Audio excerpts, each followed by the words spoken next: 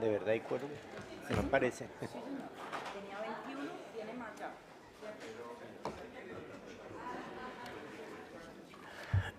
Bueno, buenos días. Habiéndose verificado el quórum, Having verified the quorum by the Secretariat, I should like to declare open this regular session of the Permanent Council, convened to consider the topics included in the draft agenda document CP/OD 258126, which, in accordance with the provisions of Article 43 of the regulations, I submit for consideration.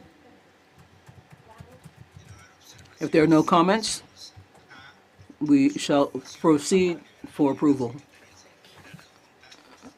The Assistant Secretary General is here, and would you kindly take your seat so that we can continue our meeting? Before continuing, on behalf of this Permanent Council, I wish to express our deepest condolences to the government and the people of Canada for the tragic shooting that occurred in an educational center in Tumbler Ridge, British Columbia province, which claimed the lives of innocent people and left numerous others injured. Our condolences, Ambassador, and we extend our solidarity to the families of the victims, the survivors, and the entire community, and we reiterate our firm rejection of all forms of violence, trusting in the strength and resilience of the Canadian people to overcome this pain.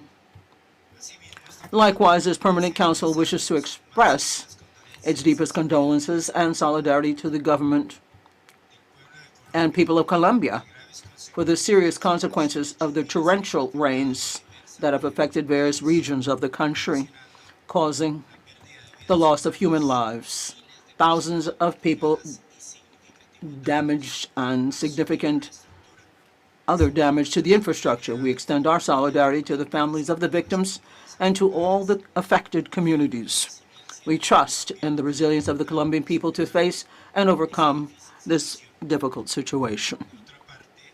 On the other hand, in the same spirit of solidarity and recognition, I wish to express on behalf of this Council our most sincere congratulations to the delegation of Grenada on the occasion of the recent celebration of the 52nd anniversary of its independence. In the same sense, I extend our congratulations to the delegation of Barbados, as well as to the people and government of that member state, for the exemplary election day held on February 11th, in which Mrs. Mia Mottley was re-elected as Prime Minister, to whom we also send our warmest congratulations. Moving on, I should like to ask the Council if we could have an exception in Article 46, given the request put by the Secretary General, Mr. Ramdin, to allow him up to 20 minutes of intervention on item 5 of the agenda. This was a request of an exceptional exemption. No objections, agreed. 20 minutes then. Since we have a very substantive agenda today, and in response to the reception offered by the delegation of Grenada, the chair will arrange a recess at 1 p.m. in order to resume the session punctually at 2:30 this afternoon. Likewise, the cooperation of all delegations and panelists is requested to adjust their interventions to the time provided for in Article 46 of the Rules of Procedure, and to conclude them before the microphone is cut off. The chair is confident that it will not have to make use of this power to extend an intervention beyond the established time, and thanks you in advance for your cooperation to maintain the order and flow of the session. As our second item, we have threats to the constitutional order in Guatemala. This is a special, extraordinary situation given the immediacy of it, and this topic was included on the agenda of this meeting at the request of the delegation of Guatemala, given the provisions in Article B of third paragraph Article 42 of the rules and regulations applicable to situations that require immediate action by the Permanent Council in the event of a threat of a breach of the democratic order or an alteration of the constitutional order that seriously affects the democratic order in a member state, Guatemala in this case. So before proceeding, I'm pleased to welcome to this Permanent Council Ambassador Carlos Ramiro Martinez Alvarado, Minister of Foreign Affairs of the Republic of Guatemala, who will be with us in this session virtually. Mr. Minister, you are warmly welcomed. Next, I greet and offer the floor, first of all, to Patricia Gámez, President of the College of Lawyers and Notaries of Guatemala. Lawyer Gámez, welcome. You have the floor. Good morning, Mr. Chairman of the Organization of American States and Secretary General, distinguished delegates, members, ladies and gentlemen.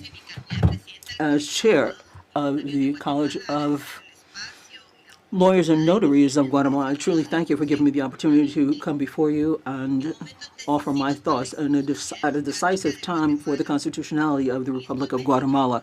And we have had various times to refurbish the organizations such as the magistrates and the constitutional court authorities of the Supreme Courts and the prosecutor's office. In the organization that I recommend, it's important to have participation, and these processes represent undoubtedly an opportunity to strengthen judicial independence, legal security, and to get trust back from the citizens in our institutions. Nonetheless, with these opportunities, there are also risks that should be looked at with institutional responsibility, knowing that the college that I represent participates actively in the election processes that I mentioned previously. And we are concerned in terms of the different external organizations and the use of criminal procedures by some of the authorities of the public prosecutor's office to try to clamp down on these legitimate mechanisms in keeping with the Constitution for nominating these authorities. So, in 2026, in the second round of elections to appoint alternates and magistrates to the Constitutional Court, this day, after various hours looking at the election, the public prosecutor's office, with lots of police, went to the voting centers located in the Parque Ibarrón in the country and in Zone 3 of the capital, where you have the largest number of voters, and looking at training and the question of registry. There were anonymous denunciations and reports to the supposed irregularities, and there was a lot of information as to formally inform the authorities and the electoral authorities in the country, this College of Lawyers and Notaries. In one of the voting centers, the administrator of this center was advised or notified, and not the authorities of the college. Despite the fact that we were present, this was prolonged for about 20 some odd hours, and at the voting tables we were present. We moved on to seize the telephone of the Electoral Tribunal's president and looked at taking away my own telephone.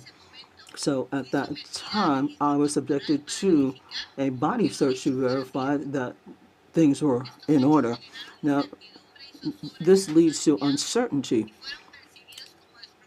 and people were gone after and has led to high insecurity institutionally. Nonetheless, the procedures continue, supported by the immediate resolution of the Constitutional Court that ordered the continuity and organization of these procedures. the electoral order looked at the voting in Guatemala. Now, since the college, we have maintained that a constitutional democracy and criminal law should be the last resort and should be applied strictly in keeping with the law's proportionality and the due process. We feel that given these reports and denunciations which were not verified, we should have institutional channels for verifying procedures and should ensure traceability. Looking at inclusive processes that, if not there, can lead to doubts.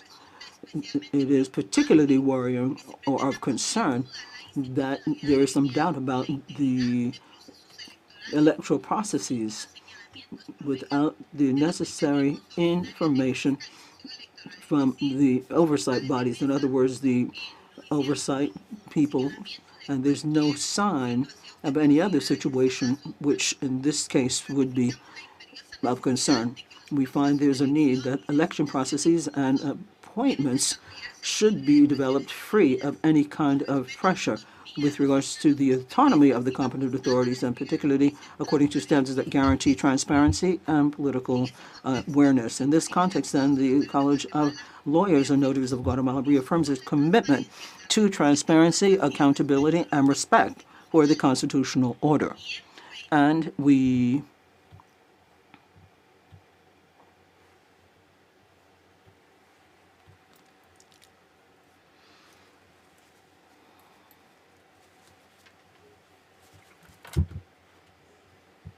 microphone has been lost.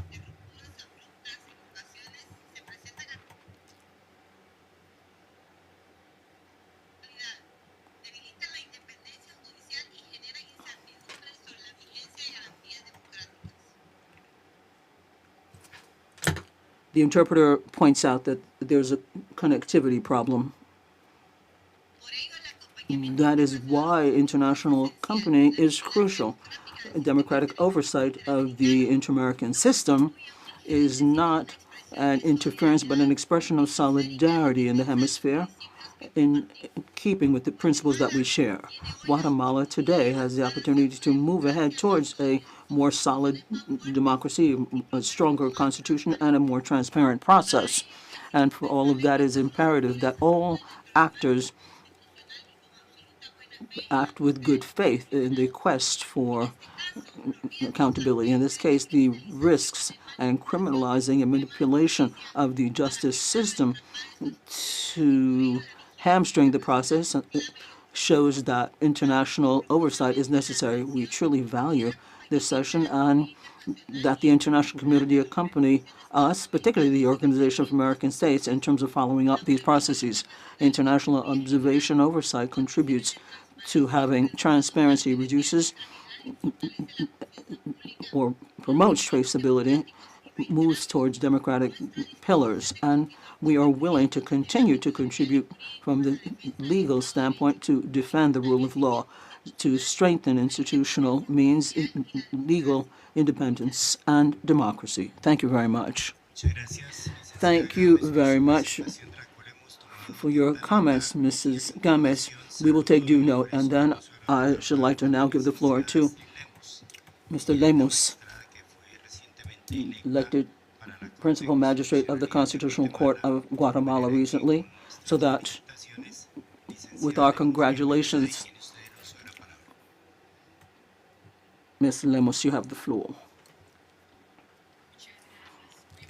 Thank you very much. Good morning, everybody. Mr. Chairman of the Permanent Council, this Assembly, Secretary General, Assistant Secretary General, distinguished ambassadors, permanent representatives to the OAS, ladies and gentlemen.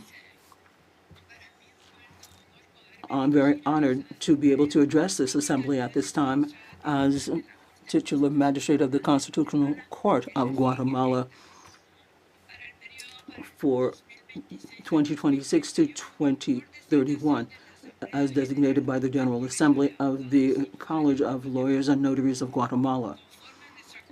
According to our Constitution, the College and this Assembly have the responsibility to elect one of the five titular magistrates and alternates that make up this august constitutional body. Nonetheless, in the renewal that is taking place and is underway right now, this process was a process of spurious activity and has been unfounded. But we presume that this is known by the Assembly. Now, we had the participation of a group of people who participated in the college's elections, given that they were involved, but we're not lawyers, but some of the participation is questionable, but they could exercise their right to a vote, and afterwards this was interrupted, and they were described by the president of the college, and nothing could be done until the Constitutional Court would give its order. So I would like to point out that this interruption is not because of a normal election. It's not just any old election like others that have had at the same time, but rather this is a regular election given the political constitution of the republic. And I believe that to try to interrupt this also means that people are trying to hamstring the constitutional order when it comes to renewing the constitutional court. And that is why move against this constitutional order. Nonetheless, despite that, most of the people continue with their own presence in the elections, and they could continue despite the fact that I think that this grotesque action has taken place when the public prosecutor's office stepped in, and thus far no one has explained the legal backdrop to this intervention, nor the way that the process is going to continue. Every time that we begin, press comes in and underscores anonymous denunciations and reports. I'm sorry, says the speaker, anonymous denunciation, and the process is held up. So there is no possibility for us to understand and find out what the evidence is and the rationale is for this behavior.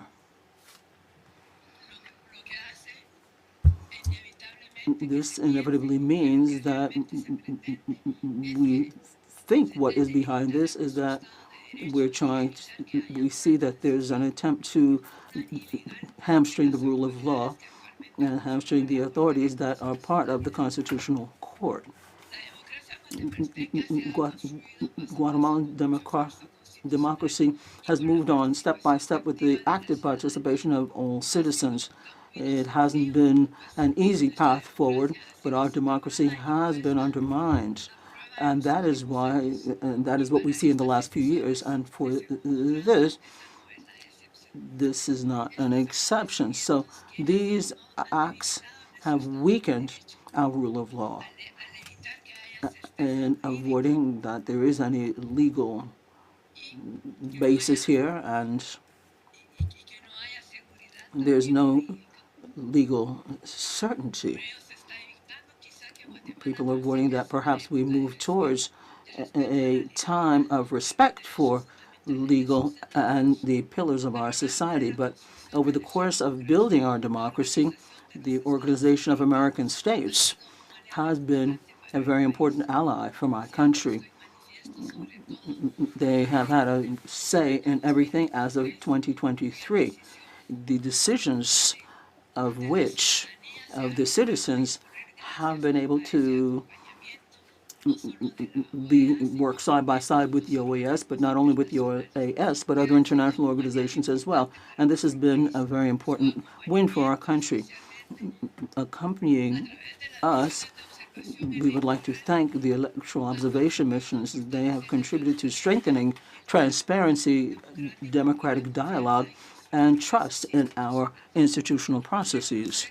To recognize and acknowledge this support is reflected in the conviction that respectful cooperation among states can add to the strengthening of democracy when this is accompanied by these people, when we look at this with prudence and respect for the internal legal order, which can be strengthened and becomes an element that generates trust as opposed to weakness. This year, Guatemala is going to deal with election processes again, which are particularly sensitive for the democratic bearing of the country. It's not just a question of formal procedures and to have things run smoothly. It depends on the strength of the bodies in the Republican system and their constitutional or institutional future down the line. Nonetheless, there are actors that preclude or that try to preclude that we take on these roles. Maybe given the renewal and the way forward that the constitutional bodies are going to move ahead. Now, as being elected, I renew my commitment to the Constitution, the constitutional independence, the impartiality, and real protection of the fundamental rights of all citizens. Thank you very much, Madam Lemos.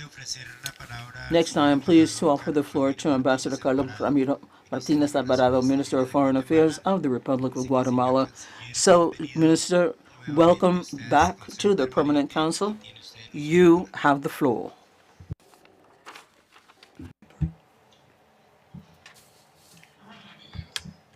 Good morning. Chair of the Permanent Council, Ambassador Vargas, Secretary General Albert Ramdin, Assistant Secretary General Ambassador Laura Gil, distinguished ambassadors, permanent representatives, ladies and gentlemen, I thank you for the opportunity and thank you for convening this meeting. And I appreciate the interventions of the speakers.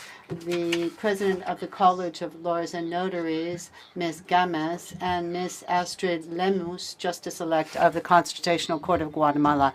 It is fundamental that the member states understand firsthand what is going on in our country. Guatemala is going through a decisive moment to consolidate its democracy, as we have previously told you about. The election processes at a second level are not just renewal processes or administrative processes for electing judges. This has to do with our institutional framework and the future of our country. It represents the possibility of ensuring a democratic future which is free from manipulation under the rule of law. In recent years, we have seen mechanisms that are trying to generate spurious actions and have led to consternation.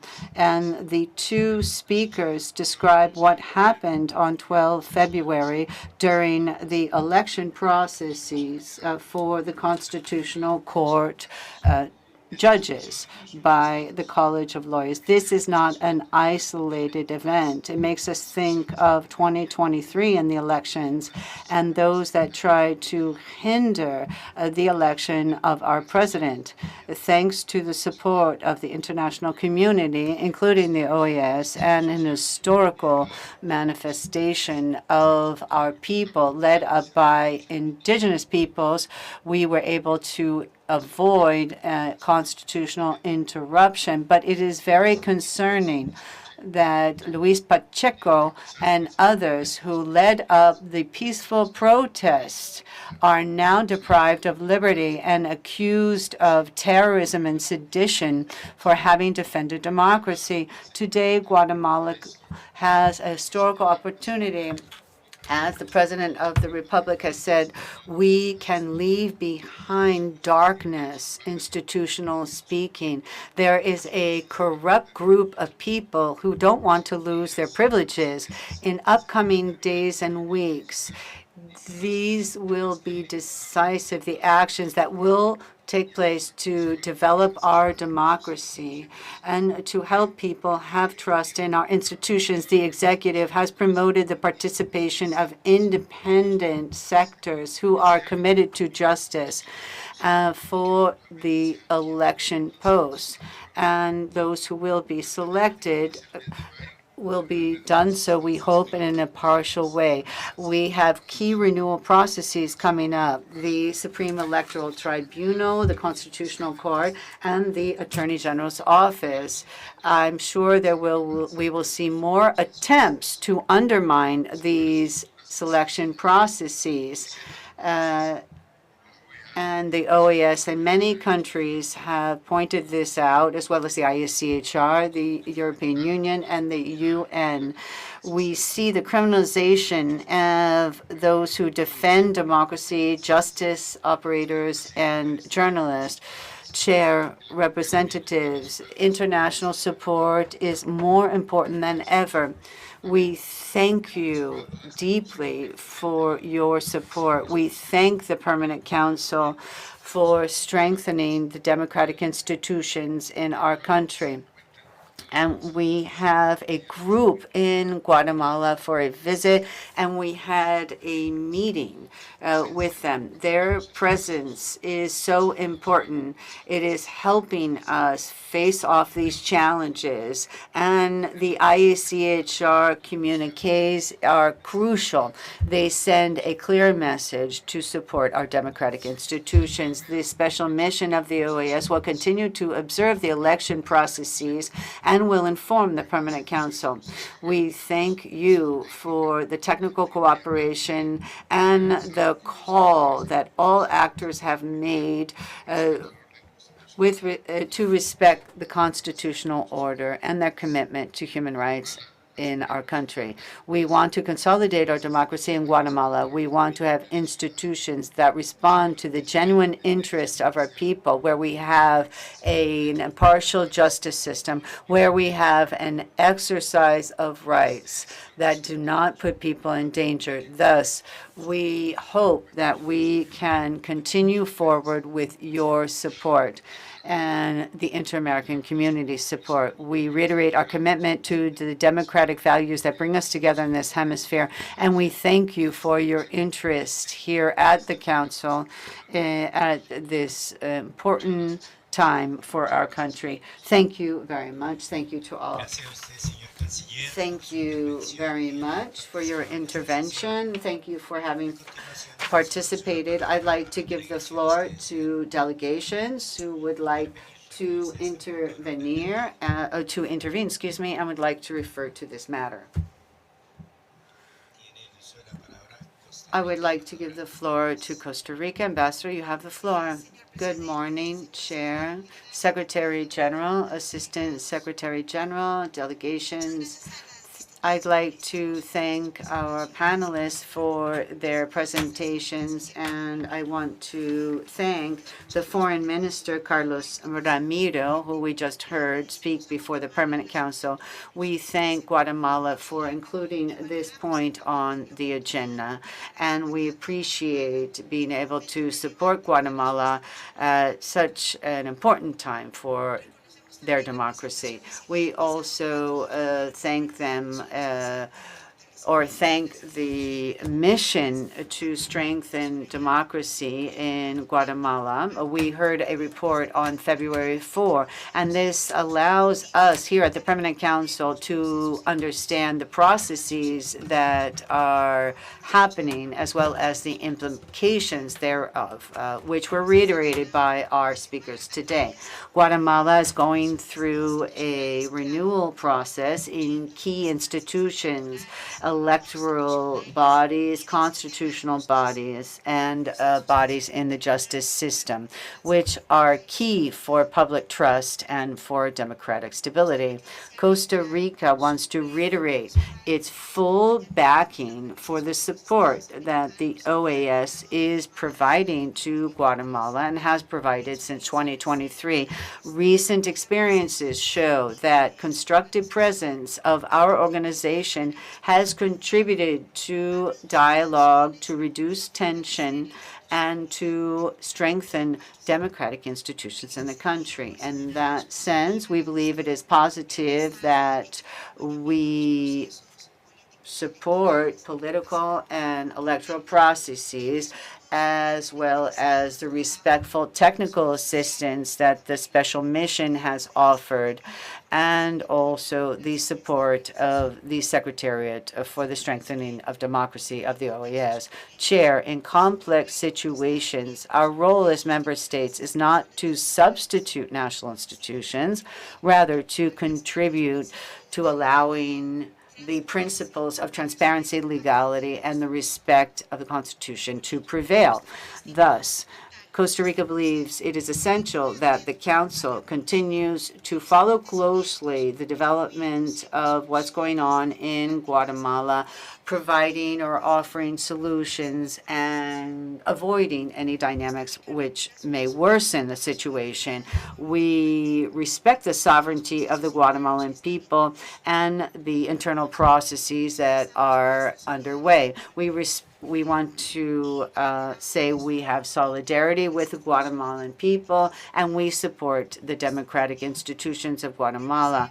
Our common goal is for the decisions that are adopted today strengthen institutional stability and consolidate the advances made in recent years. We will continue to back technical support that is serious, impartial, and constructive of this organization. We are convinced that preventive diplomacy and respectful dialogue are the most effective tools to preserve democracy in our region. Thank you. Gracias, embajadora. Thank you, Ambassador. Canada has the floor. Thank you, Chair. I thank our distinguished speakers. Today we are looking at the situation in Guatemala, and this is very important, and we need to pay close attention to the developments of the situation. It is clear that the OAS has an important role to play to support and defend democracy and the rule of law in Guatemala. The election processes in the justice system are underway. We see the nomination of representatives to the Constitutional Court, and we had their election on the 12th February, and also the selection of the Supreme Electoral Tribunal, and finally, the process to designate a new Attorney General in May. Canada is following very closely the situation in Guatemala and is very concerned. The OAS is playing an important role supporting democracy in Guatemala, via its special mission and the discussions like we're having here today. The OAS special mission for supporting democratic institutions in Guatemala recently expressed its strongest condemnation and profound institutional alarm at the execution of actions by the Public Prosecutor's Office at locations where the electoral day of the Guatemalan Bar Association was taking place for the election of the principal and alternate magistrates of the Constitutional Court. The same OAS mission voiced concern over the carrying out of coercive measures, including raids, inspections, and securing of documents at, at polling centers while the electoral process was underway. Clearly, such actions raise serious questions regarding respect for due process and the independence of democratic institutions. Canada's ambassador to Guatemala publicly expressed our strong concern regarding the Attorney General's disruption of the process on February 12th. Canada continues its active engagement with democratic actors and institutional leaders to encourage transparent, timely, and fully constitutional nomination processes in Guatemala. We remain a committed partner in strengthening Guatemala's people's democratic efforts and their institutions, their democratic institutions, and in supporting the OAS's vital efforts to advance democratic governance in the region. Thank you, Mr. Chair.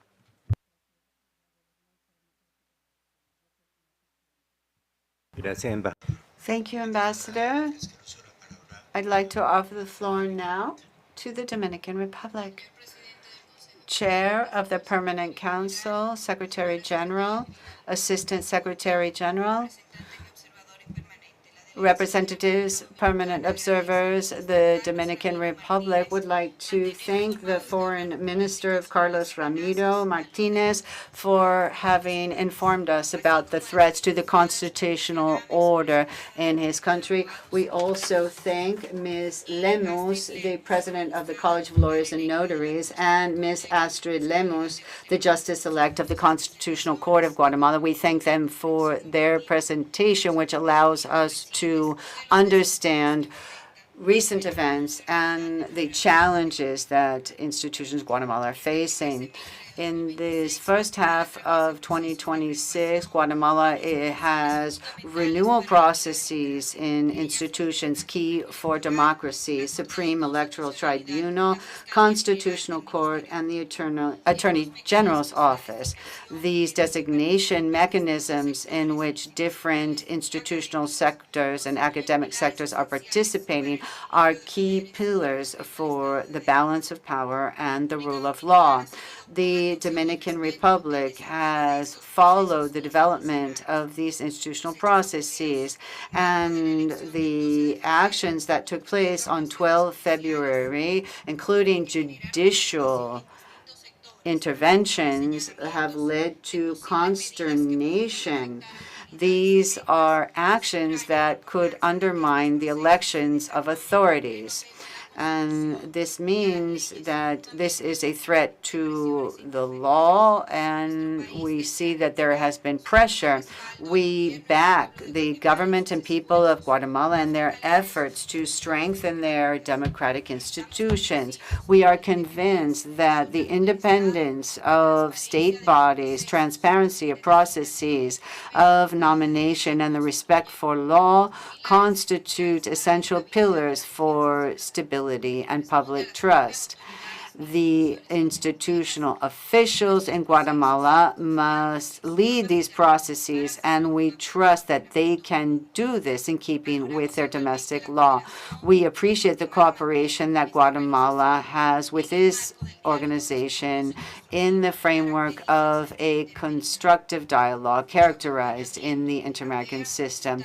The support of the OAS was requested by the state, and this shows the government's openness and their willingness to strengthen institutions.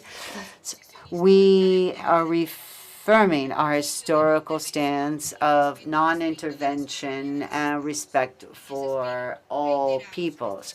And we reiterate our solidarity with Guatemala and our trust that the processes underway will contribute to the consolidation of democratic institutions, well-being, and the tranquility of the Guatemalan people. Thank you. Thank you, Ambassador. And now I'd like to offer the floor to the Ambassador of Uruguay.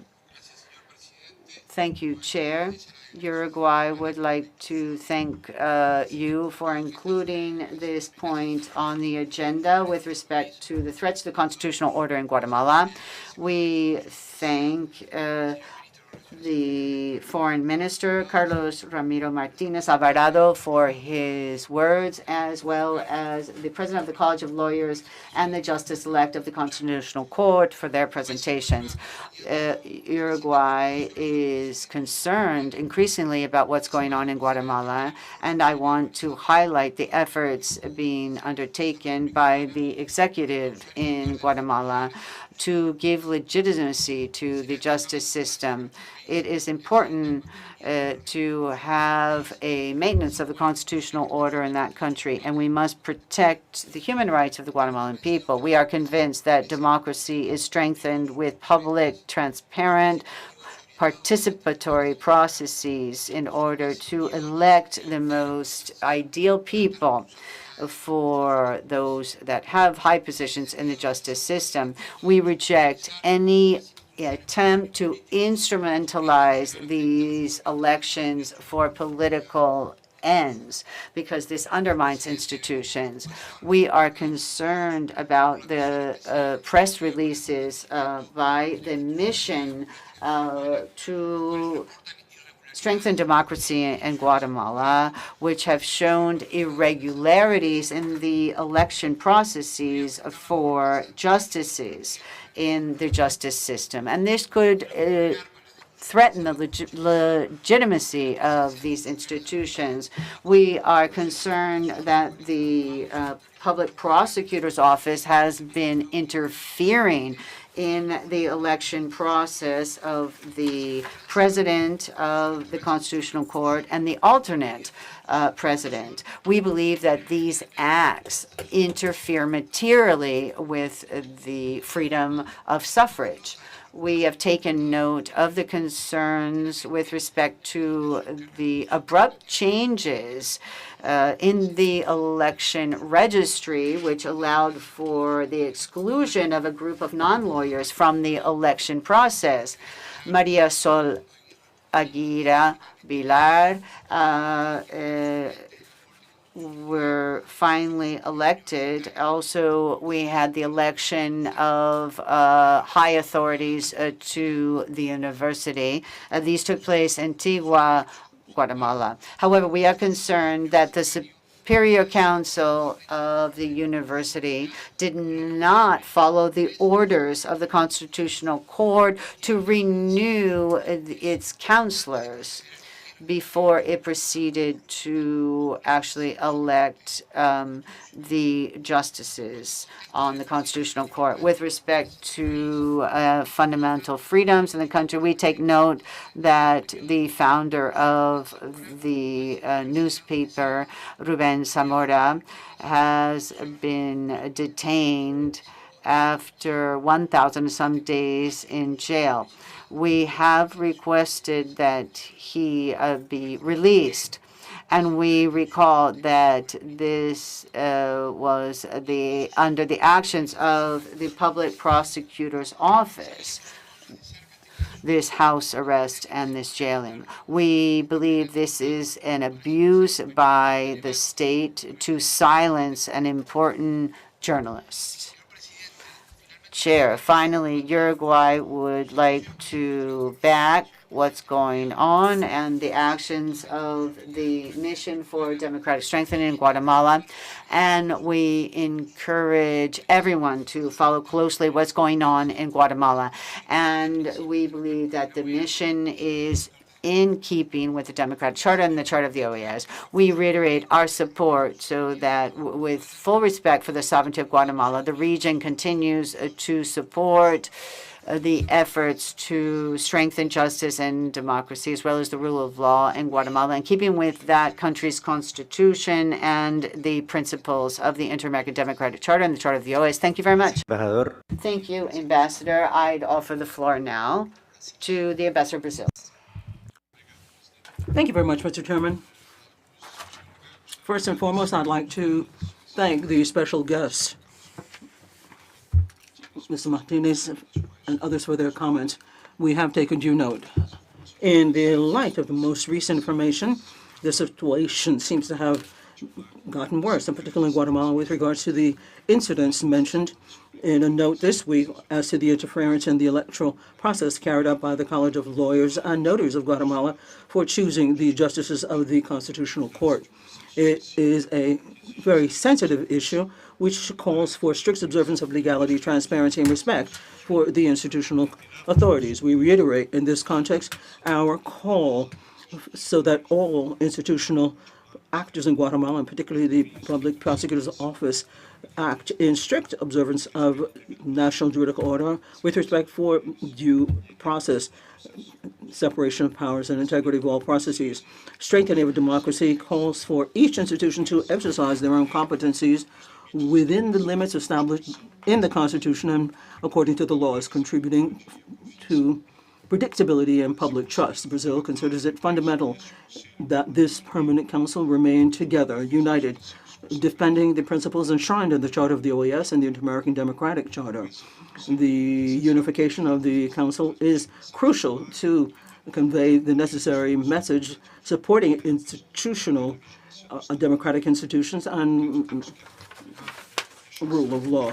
The OAS should reject any undermining of the constitutional order in Guatemala. In this regard, then, we should like to ask the Secretariat of the OAS, in coordination with the government of Guatemala, to continue to accompany the situation and provide support to strengthen these democratic institutions of the country.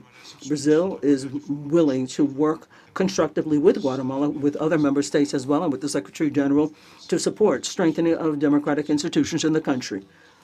Thank you very much. Gracias, embajador. Thank you, Ambassador. Colombia has the floor. Thank you, Chair. First of all, allow me to greet those at the head table and thank Ms. Games and Ms. Lemus. And I thank the Foreign Minister of Guatemala for his participation. Without a doubt, the renewal processes to the Supreme Electoral Tribunal's Constitutional Court and the future designation of the Attorney General are key for the consolidation of the rule of law in Guatemala. In this context, the election by the President of the College of Lawyers and Notaries is very important. The recent election, which Astrid and Patricia Games spoke about, show the importance of this mechanism with respect to the Constitutional Court, the highest court in the nation. Unfortunately, as mentioned, these recent events show the threats to democracy. For example, judicial orders, the intervention of public prosecutor's office, public reporting and denunciations about the elections, and court orders which limited the participation in the election to only active lawyers. This also causes people to question the legitimacy of these elections, this both in and out of Guatemala. So we agree with the mission to strengthen democracy in Guatemala, which have emphasized the dangers to and threats to these processes. All institutional actions must be in keeping with the law and the Constitution. We must have the independence of the justice system and the balance of power. In keeping with the Inter-American Democratic Charter, we must be vigilant. We must support Guatemala to ensure balance of power and transparency. And the mission of the OAS is helping these processes move forward transparently, impartially, and strengthening public trust and the commitments undertaken by Guatemala. In this spirit, we believe it is key that this organization continues to support the government of Guatemala in order to consolidate democracy and the rule of law in that country. And with respect for its sovereignty, we reiterate our commitment to Guatemala and offers its support. We believe and hope that these election processes will be successfully concluded. Thank you. Thank you, Colombia. Chile has the floor. Thank you very much, Chair. Good morning, everyone. Chile thanks and takes note of the information provided by the President of the College of Lawyers and Notaries, the Justice-elect of the Constitutional Court, and Minister Martinez Alvarado, which allows us to see what's going on in the Guatemalan institutions. For Chile, the respect for the rule of law, the independence of constitutional bodies, and transparency of the nomination of authorities are essential pillars of all democracies. any action by institutions must be in keeping with the Constitution and inter-American standards, avoiding any kind of undue interference. The concerns expressed today with respect to the election process for justices to the Constitutional Court and the threats to the constitutional order means that we must have a balance between the different powers of the state, and we must have trust of the public in the institutions. Guatemala is now in a renewal process that is fundamental for its democracy. So we must redouble our efforts to support the efforts of the Guatemalan people. Chile, it values the support of the mission of the OAS to strengthen democracy in Guatemala. And we would request that the Council follows closely what's going on. Chair, Chile reiterates its firm backing for Guatemala and reaffirms its willingness to support Guatemala to strengthen its democratic institutions in keeping with the principles of the OAS Charter and the Inter-American Democratic Charter. Thank you very much. Thank you very much. Paraguay has the floor. Thank you very much, Chair. The delegation of Paraguay would like to thank you for including this point in our order of business, and we want to express our solidarity with the government and people of Guatemala to preserve its constitution and rule of law.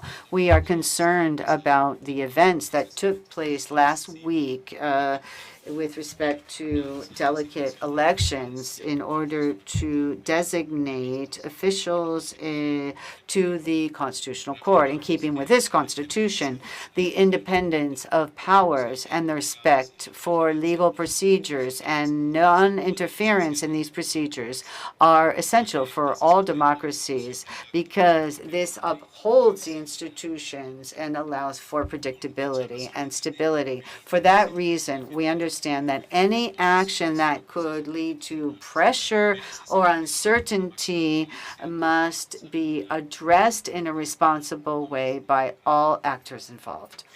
In this sense, we must recall the commitments undertaken by member states in keeping with the OAS Charter and the Inter-American Democratic Charter. And they call upon us to strengthen the democratic order and to act in a preventive way when we see actions that might threaten this democracy. Defending institutions is not just a domestic affair, rather it is an affair of all of us. We salute the actions taken by the government of Guatemala to preserve legality and the normal functioning of institutions. And we hope that any dispute can be resolved legally with mutual respect and in keeping with the rule of law. Chair, Paraguay reiterates its willingness to support Guatemala, respecting its sovereignty, to strengthen its democratic institutions, and we trust that through dialogue and commitment to the law and the Constitution, Guatemala will continue to move forward to consolidate a resilient democracy. Thank you. Gracias, embajador. Thank you very much, Ambassador. Argentina has the floor. Thank you very much, Mr. Chairman. We truly appreciate the Permanent Mission of Guatemala for bringing this point to the attention of the Permanent Council for the situation in the country, and we particularly thank the speakers and the ministers for their presentations on the facts that have occurred recently. As we have said in previous sessions, we reiterate that for an democratic institutionality be strong, it needs the proper functioning of all the branches with their respective oversight and balances. And that is why, given the concerns expressed by the government of Guatemala in the face of possible breaches of this principle, this organization correctly expressed its view, function with early warning systems in favor of democracy. And this is a basic tool of the inter-American system to prevent the existence of new authoritarian regimes and dictatorial strides in the region. It is crucial, fundamental, to keep the solidarity up and running with Guatemala. Mr. Chairman, Argentina reaffirms its commitment to defend democracy throughout the entire hemisphere, defending the principles enshrined in the Charter of the OAS and the Inter-American Democratic Charter as well. Thank you very much. Thank you very much, Argentina. Mexico has the floor. Thank you very much, Mr. Chairman. The delegation of Mexico would like to warmly greet Mr. Martinez and takes due note of the presentation made by Mrs. Rames, President of the College of Lawyers and Notaries of Guatemala, as well as Mrs. Lemus, the elected principal in Guatemala. We are aware of the importance of second-round elections in Guatemala, and as such, we see that these processes should be carried out according to Guatemalan legal order, with full-fledged respect to the institution's standards and without any intervention of any kind.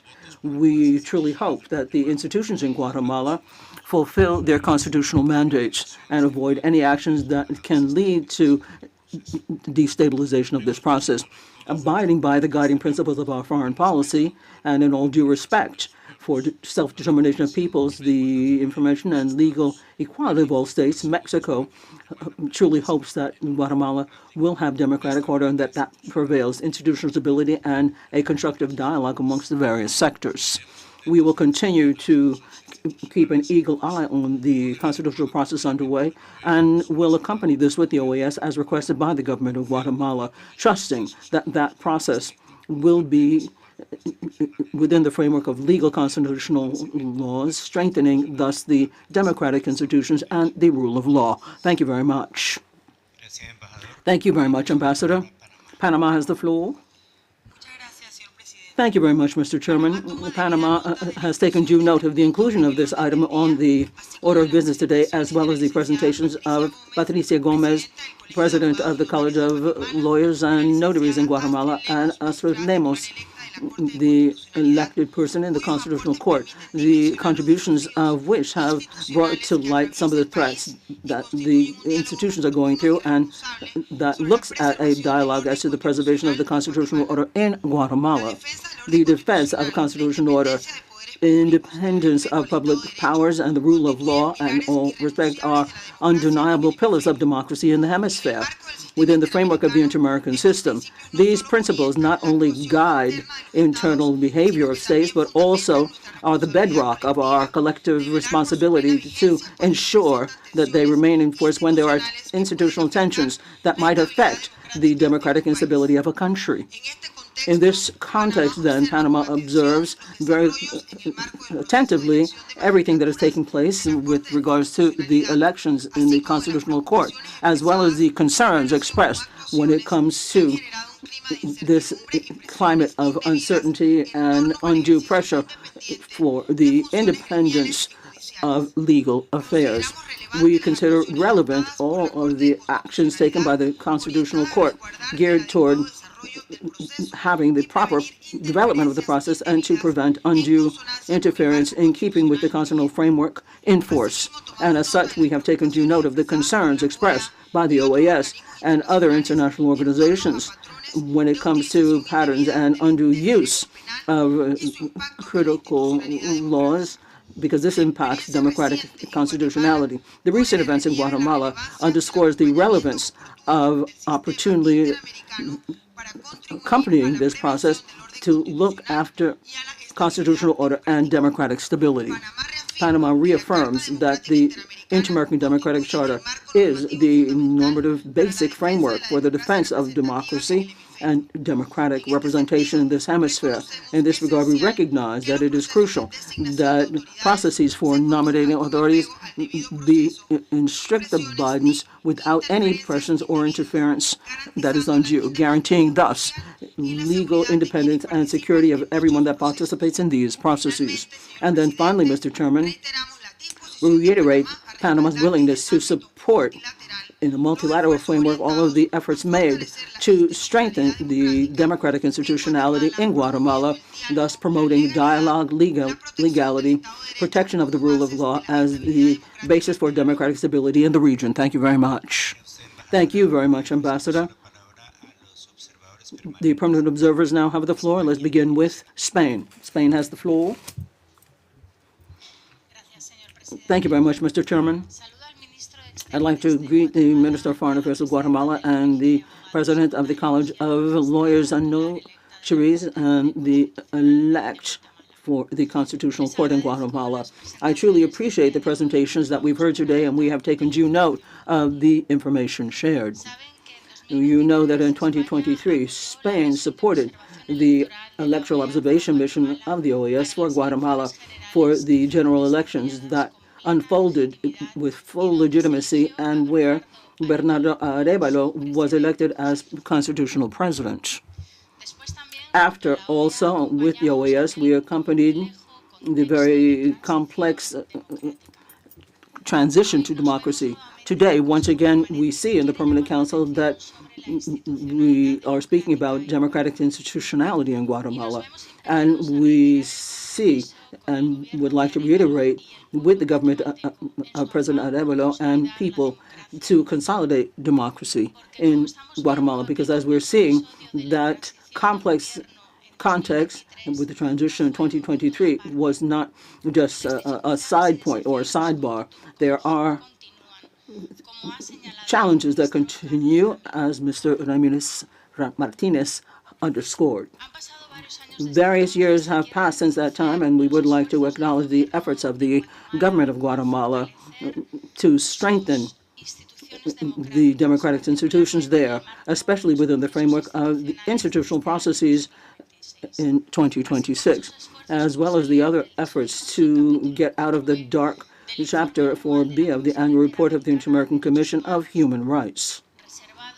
We look at human rights and some of the democratic institutions where we heard about this in the country under other administrations.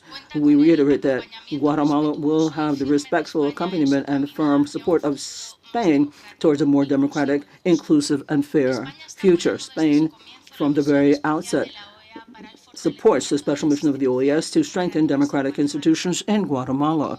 And as Ayalo has said, head of the mission, through the different communiques published, we previously evinced our concern given the interference in the development of this election process in the second round.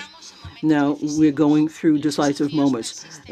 Challenges still remain in Guatemala and the international community, and particularly Spain continue to accompany the government and the people of Guatemala in their firm will to strengthen the rule of law, democracy, and human rights.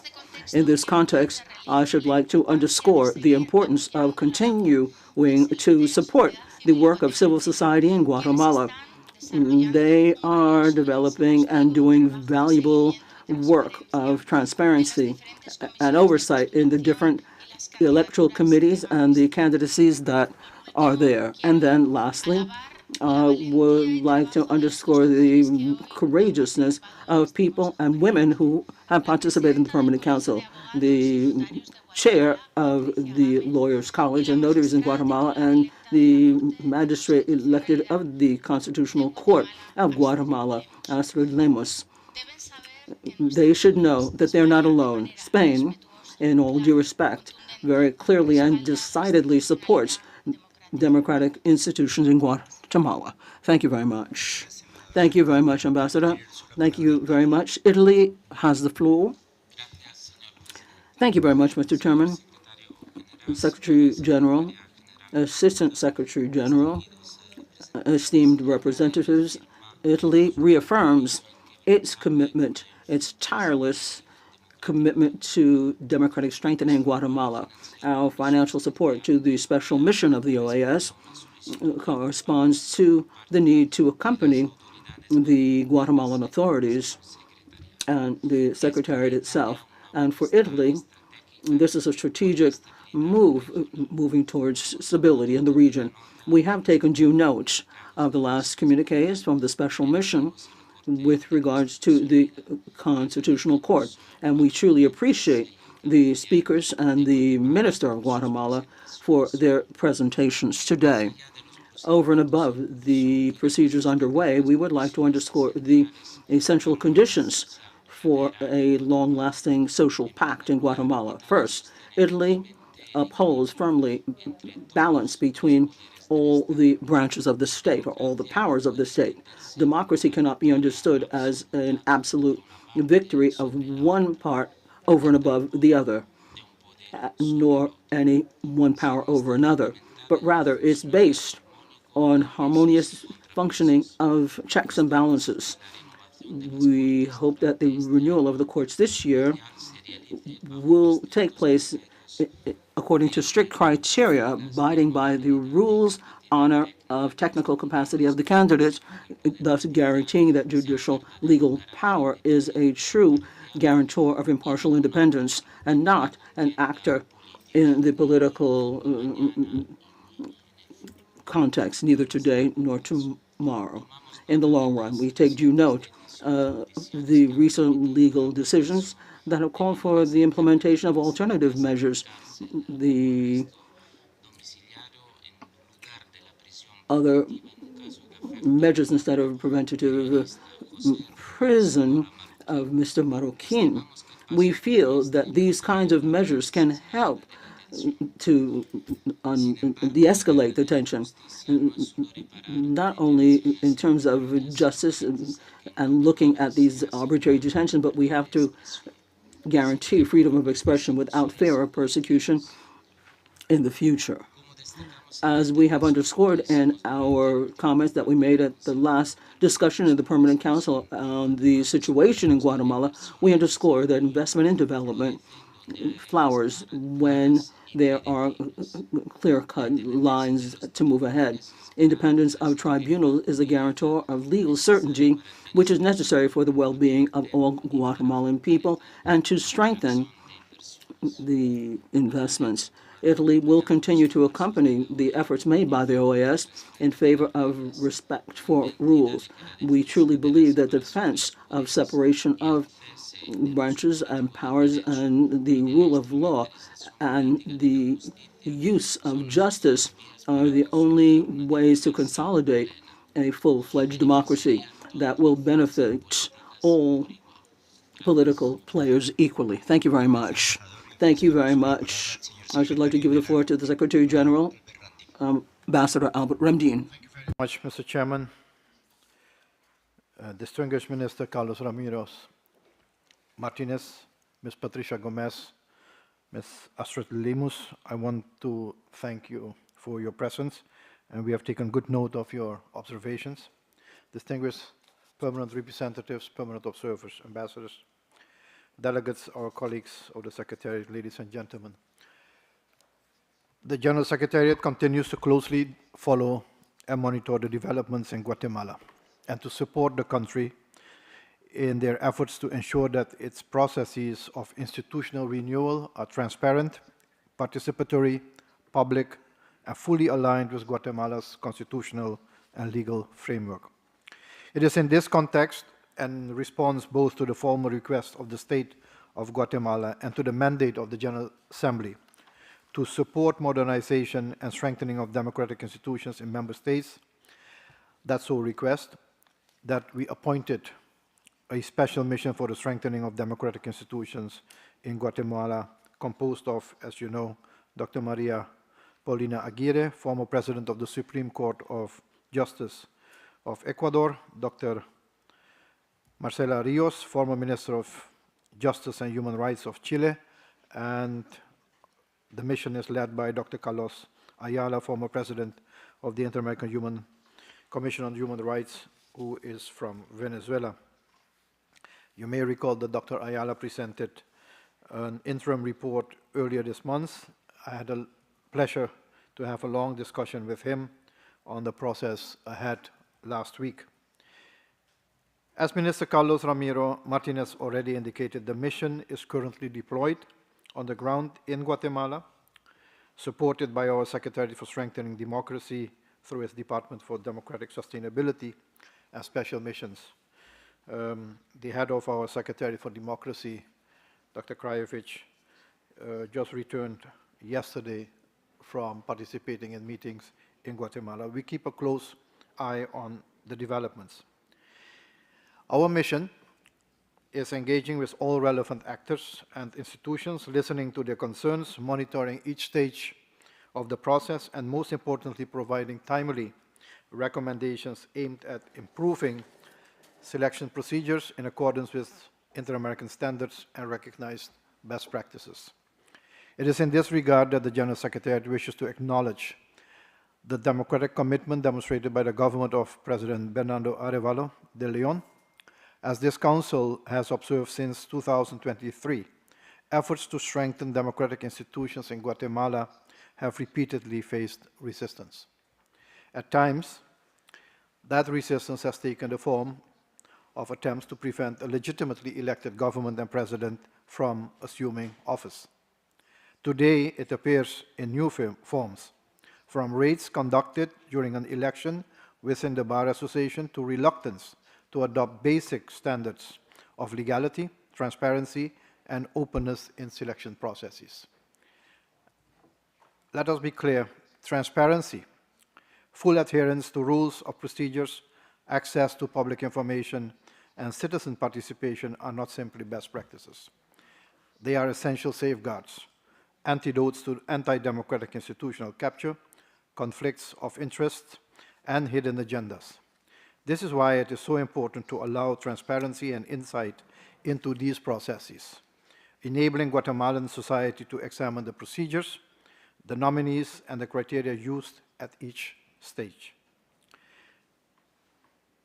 Mr. Chairman, the Minister of Foreign Affairs has described this moment as instrumental for Guatemala's democratic consolidation. We fully agree with that assessment. The General Secretariat remains fully engaged and stands ready to continue supporting Guatemala in its process of institutional renewal and democratic strengthening. In accordance with the OAS Charter, the Inter-American Democratic Charter, and the mandates of the General Assembly and from this Permanent Council. And therefore, we urge all involved stakeholders and authorities to follow the constitutional arrangements of Guatemala and respect those arrangements for the election of officials at this moment. The OAS General Secretary will diligently monitor the actions and progress in this regard and report accordingly in support of democracy and good governance. I thank you very much, Mr. Chairman. Gracias. Thank you very much, Secretary General.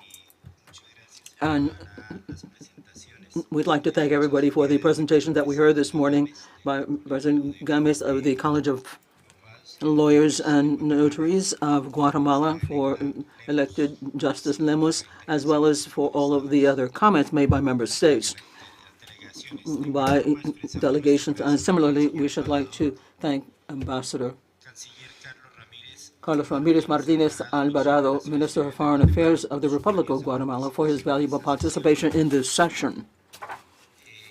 The chair stresses the interests of member states in preserving the constitutional order and democratic institutionality in Guatemala, and reiterates that this permanent council will continue to monitor the evolution of the situation in this member state, encouraging all of us,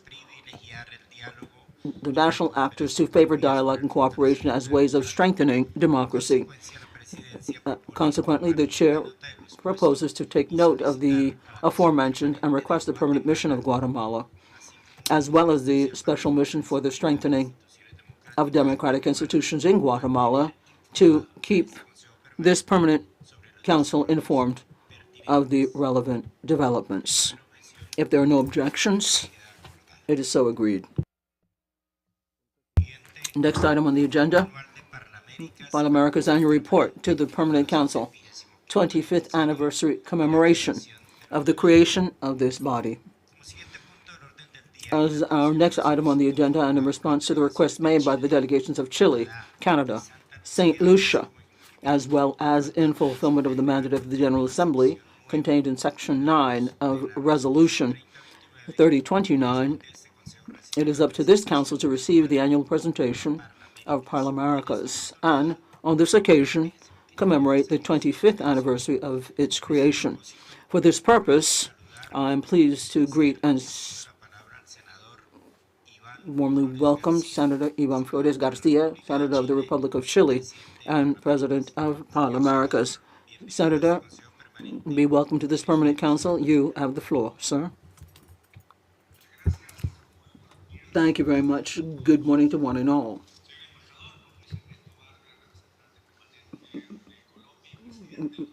Chair of the Permanent Council from Colombia, Ambassador Ramjan, Secretary General of the Organization of American States, esteemed ambassadors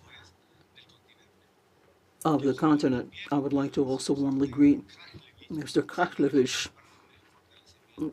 who is in the Department of Strengthening of Democracy at the Organization of American States. Ladies and gentlemen, we have accompanied this distinguished permanent council, and we are here at a moment of inflection and deep concern for multilateralism in the hemisphere.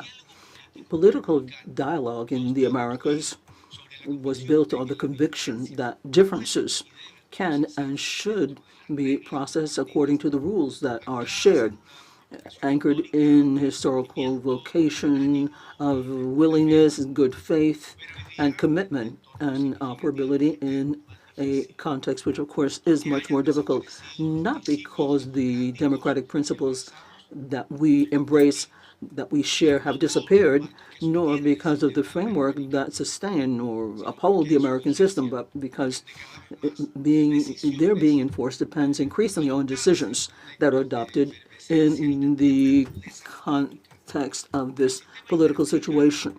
The inter-American system is upheld as a common political order, given the collective will of those who are part of it. And right now, in our history, things are developed, and we have a hemisphere that continues to be developed and characterized by a deep-seated diversity. In the Americas and in the Caribbean, we have political, economic, social, and institutional realities which are all very different. And this diversity, which is not just by chance, is expressed via different national priorities and unequal capacities and different readings as to how to deal with these shared challenges. And this is not a small point for the authorities. Your Excellency, this agreement shouldn't be considered an anomaly of the inter-American system, but rather a natural expression of the plurality, the political plurality, and this diversity is part of an additional complex fabric because the interdependence of social, democratic, economic, and environmental agendas, and one that includes security, moves towards collective action. And at the same time, we see with concern from Parliamericas' standpoint that the inter-American system is confronting challenges to act on outside of the inter-American system, on the sidelines, that is. And also, we have to look at some of the commitments assumed or taken on and look at the principles. So, given those conditions, cooperation and hemispheric unity calls for political frameworks that can abide by rules to process these persistent disagreements and to call for legitimacy of collective action, even when the picture is very fragile. We should all make a concerted effort to abide by the principles in our democratic charter, which also is 25 years old.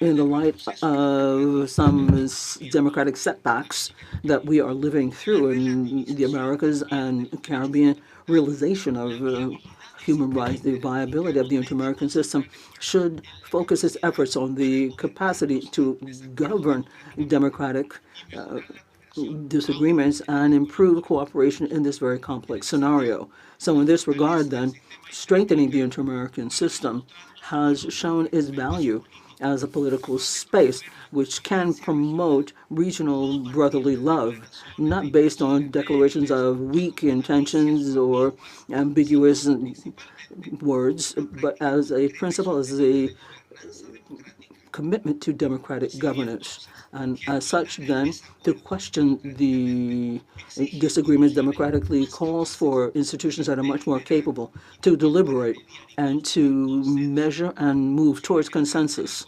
This is at the very heart of the parliaments of our Americas and the Caribbean.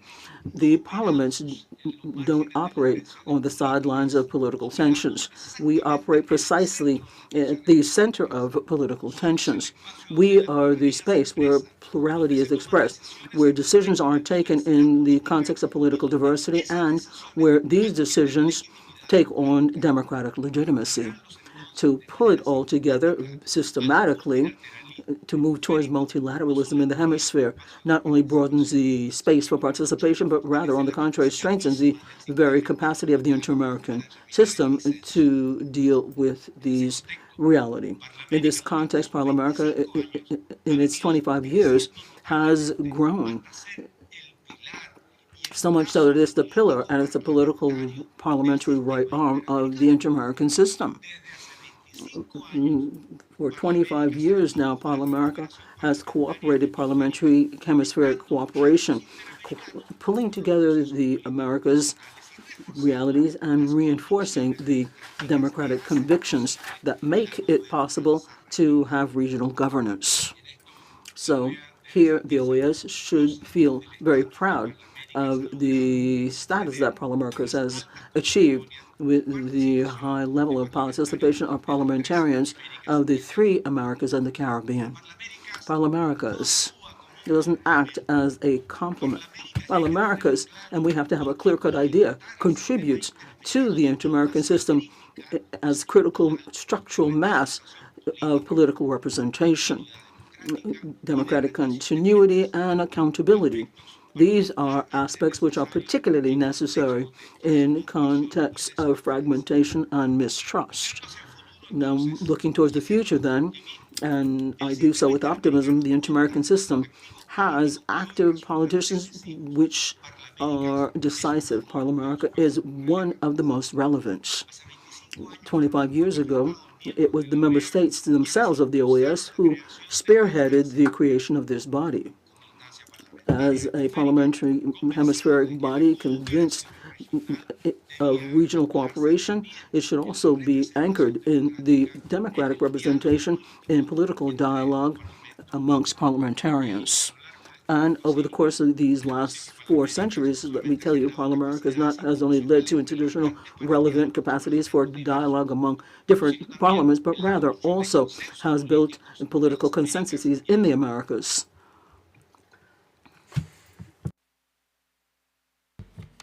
Gracias, senador. Thank you, Senator Flores, for your intervention as President of Parliamericas. It is now my pleasure to give the floor to Alvina Bertram Reynolds, President of the Senate of St. Lucia and Vice President of Parliamericas. You are welcome here at the Permanent Council. You have the floor, madam.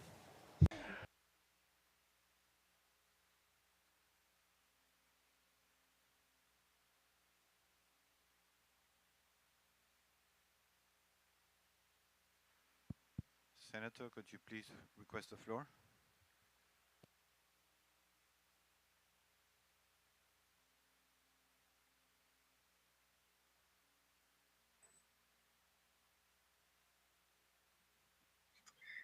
Thank you, Mr. Chair, Excellencies, distinguished authorities, ladies and gentlemen. Please permit me to adopt the protocol already established. It is a privilege to address the OAS Permanent Council and complement the reflections shared by the President of Parliamericas, Senator Ivan Flores Garcia.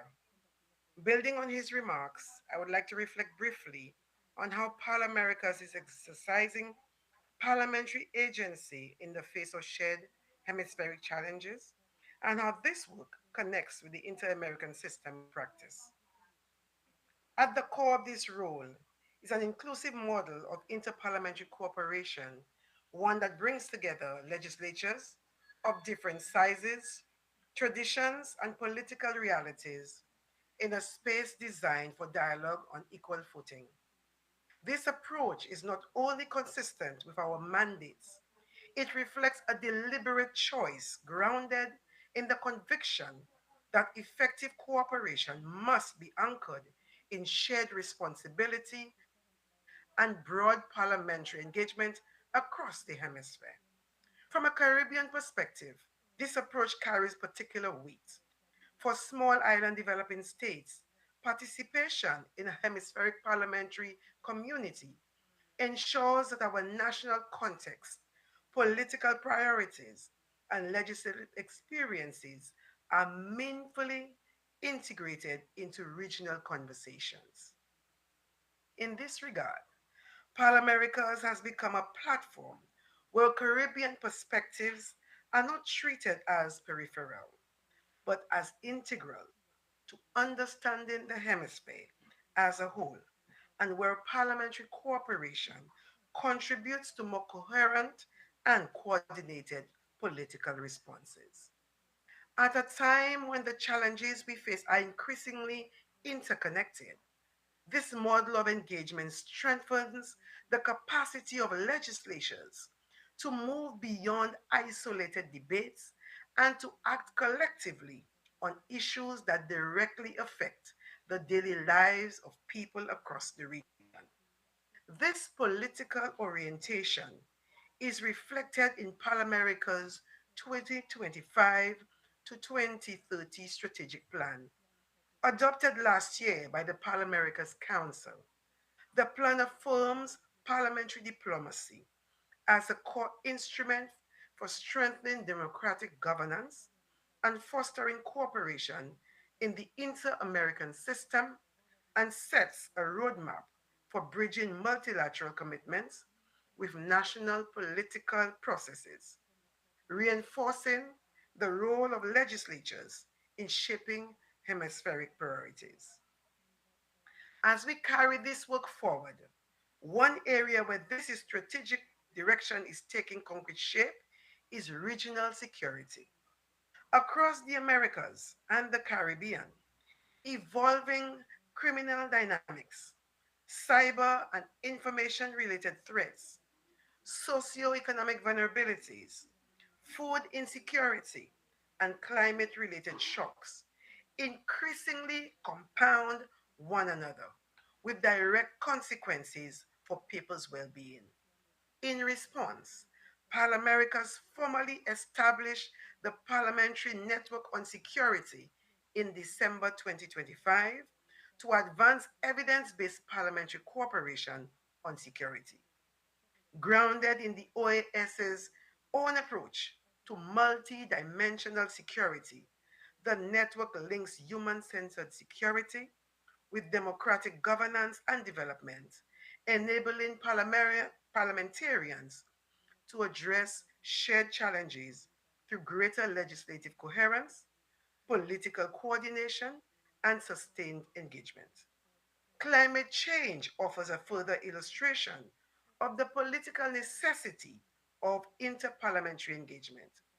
For many countries in the region, particularly in the Caribbean, climate change is an existential threat to lives, livelihoods, and national survival. Addressing it demands sustained political will that extends beyond electoral cycles and transcends partisan divides. Since 2016, the Parliamentary Network on Climate Change and Sustainability has strengthened parliamentary engagement precisely where political resolve is most critical, in translating climate commitments into effective legislation, scrutinizing resource allocation, and overseeing implementation. By anchoring multilateral climate agreements within domestic democratic processes, parliamentary action helps ensure that ambition translates into accountability and that responses reflect the lived experiences of those most affected by climate impacts, especially in countries where these impacts are already influencing national planning and budget decisions. Equally important, Parlaméricas continues its long-standing work on gender equality and women's empowerment in close collaboration with the Inter-American Commission of Women, a valued partner. By supporting parliaments in advancing legislative and oversight measures that promote equal participation and safeguard women's rights, we help ensure that hemispheric priorities reflect the realities and contributions of all our citizens. Taken together, these efforts demonstrate that sustained legislative involvement is not supplementary to the inter American system. It is what makes multilateral commitments operational. By translating hemispheric priorities into legislation, budgets, oversight, and national dialogue, parliaments ensure that regional cooperation is both politically grounded and democratically accountable. This understanding of parliamentary engagement and political stewardship will inform the upcoming Parlamerica's parliamentary delegation to Washington in March. As Parlamerica's marks its 25th anniversary alongside the 25th anniversary of the Inter-American Democratic Charter, this delegation provides an opportunity to renew our shared commitment to an inter-American system that delivers, one strengthened by resilient democracies, guided by cooperation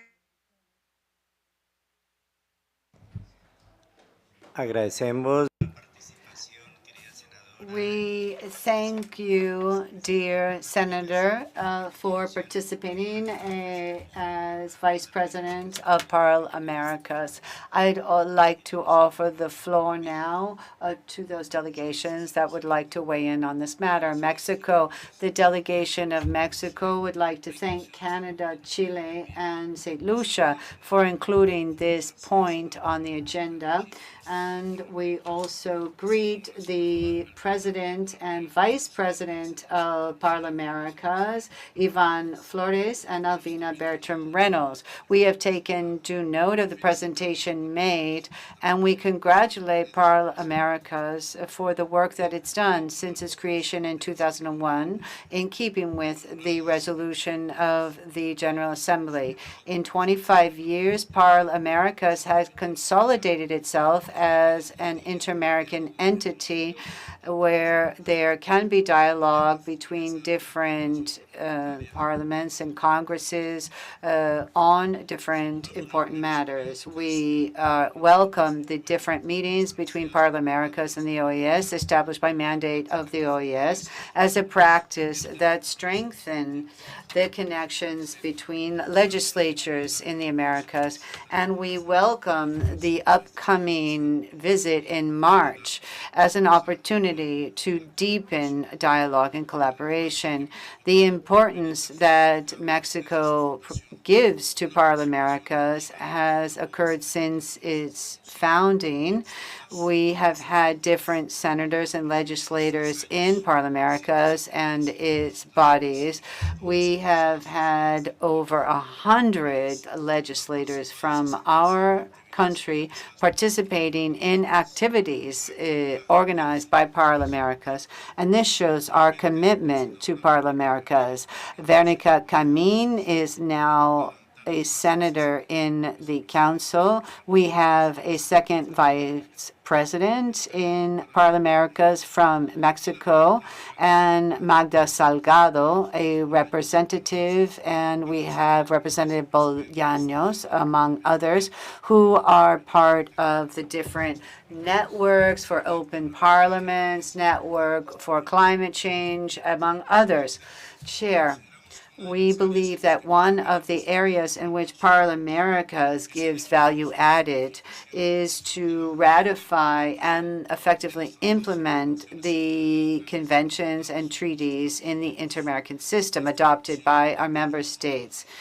This is something that the legislators do as part of their duties, and this strengthens democratic institutions in our region because this introduces multilateral agreements and they can be brought to bear in the lives of our citizens. We congratulate Parlaméricas for its 25th anniversary, and we thank Alicia Tok, the Director General, and we thank Parlaméricas for its commitment, and we thank Canada for its commitment to Parlaméricas.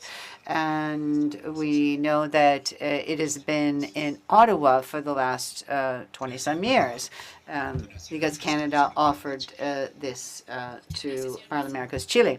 Thank you, Chair. We thank Senator Ivan Flores Garcia from Chile and President of Parlaméricas, and Senator Alvina Bertram Reynolds, President of the Senate of St. Lucia and Vice President of Parlaméricas. We also appreciate the work done by the team, which has contributed to an active, visible agenda, which is based on result, including the visit in March. Chair, the commemoration of 25 years of Parlaméricas is an opportunity to underscore the importance of fluid connection between legislators who are interacting at an international level. Although in Chile, the foreign policy is led up by the executive branch, the possibility to have interactions with other legislators from other countries helps our foreign policy and leads to better well-being. As pointed out previously, in Chile, we recognize the dialogue between Parliament and the executive branch as something that is necessary and for the creation of trust and for a consolidated democracy and the upholding of human rights. We appreciate the collaboration. We don't want competition. We want to be able to go forward effectively to be able to achieve shared goals. In this sense, the work of Parlaméricas is an important example, especially because it is action-oriented, which is necessary in our current situation. And as we see in its 2025 report, we recognize the commitment of Senator Ivan Flores, the President of Parlaméricas, as well as other Chilean legislators who are in the authoritative bodies of Parlaméricas. Together with other members of our Congress, we are showing the importance that we give to parliamentary dialogue to go forward to achieve our common goals. Thank you. Thank you very much, Chile. We now give the floor to Ambassador Cordero from the Dominican Republic. You have the floor. Thank you, Chair. The Dominican Republic thanks our speakers for their reports on Parlaméricas, and we want to underline the strategic value of this organization to connect up different actors in the inter-American system, especially those that strengthen representative democracy, democratic governance, and the effective implementation of hemispheric commitments. My delegation recognizes especially the work done by Parlaméricas over the last 25 years as a key actor to promote interparliamentary dialogue, the exchange of best legislative practices, and the creation of consensuses with respect to the inter-American challenges faced. This has strengthened democracy and the pillar of democracy in our organization and has allowed for rapprochement between parliamentarians and inter-American processes. Parlaméricas, based on its mandate, has shown that it can support regional processes through special contributions, spaces to reflect, and facilitation of hemispheric mandates and their translation into national policies. This support is especially important in light of the Inter-American Democratic Charter adopted in Quebec in 2001. This instrument has strengthened a whole host of commitments undertaken by member states to protect and strengthen democratic institutions, and it highlights the important role of legislators in assuring democracy. Chair, allow me to refer to this issue as the pro tempore president of the Summit of the Americas process. We want to point out the constructive support of Parliamericas throughout the phases of the 10th summit, from the initial stage of preparation, different dialogue spaces, up to the point where we had to say it was going to be postponed. Parliamericas, in keeping with its established mandate with respect to democratic governance, has allowed parliamentarians to support the implementation of commitments, exchange legislative practices, and create cohesion. Its participation has also allowed for continuity of dialogue in a context of belt-tightening and changes in our region. And so we must have channels and commitments of actors involved. The Dominican Republic believes this collaboration is important in keeping with the spirit of the Summit of the Americas and with the common objective of strengthening inter-American cooperation with a participatory approach based on results. We reiterate our recognition of Parliamericas for its commitment, its attitude and contribution to joint work, and we want to continue to have effective coordination from the perspective of member states and in keeping with the strengthening of dialogue amongst legislators in the hemisphere. Thank you. Thank you very much, Ambassador. Now, Peru, you have the floor, Ambassador. Thank you, Chair. We want to thank the President of Parliamericas, Ivan Flores, and Vice President of Parliamericas, Avina Bertram Reynolds, President of the Senate of St. Lucia. We believe that the work of Parliamericas gives a parliamentarian perspective that contributes to building bridges between different political movements in a continent where we have a great deal of diversity, institutionally, historically speaking. This allows for democracy to transcend borders. In the framework of the 25th anniversary of Parliamericas, we must recognize the importance of this institution since the meeting of the presidents of different parliaments in 2000 in Washington, D.C., in which it was agreed that Parliamericas would be established. It was then consolidated as an interparliamentarian body. We are witness to that today. And now, 25 years down the road, we are celebrating its anniversary. And at the end of the last century, 25 years ago, the idea of parliamentary diplomacy was consolidated. And it went from being a concept of parliamentarians that got together once in a while to a very useful instrument for the region. This parliamentarian diplomacy has, in some cases, allowed for the strengthening of foreign policies of our countries and to give legitimacy to foreign policy as well as regional agendas, which the OAS is part of. And so we highlight this. Throughout 25 years, Parliamericas has created networks which are key for the hemisphere's national security, regional security, access to rights, challenges of democratic governance. This sustained effort reflects the convictions of our Congresses that representative democracy is key. With respect to my country, we appreciate the relationship it has with our Congress. We have many Peruvians in Parliamericas. We have had different exchanges in Lima and other countries.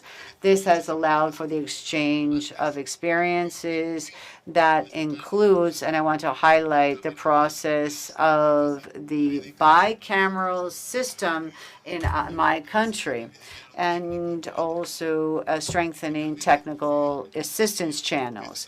Peru believes that this work will continue in a spirit of cooperation and will show specific results that will help our peoples. Thank you very much. Muchísimas gracias. Thank you so much to Ambassador Coronado. Uruguay, Ambassador Lanza. Thank you very much, Chair. Uruguay thanks Parlamericas for its presentation, its annual report, and we celebrate its 25 years. Since its creation, it has strengthened cooperative and political dialogue and the creation of consensus for more solid democratic governance.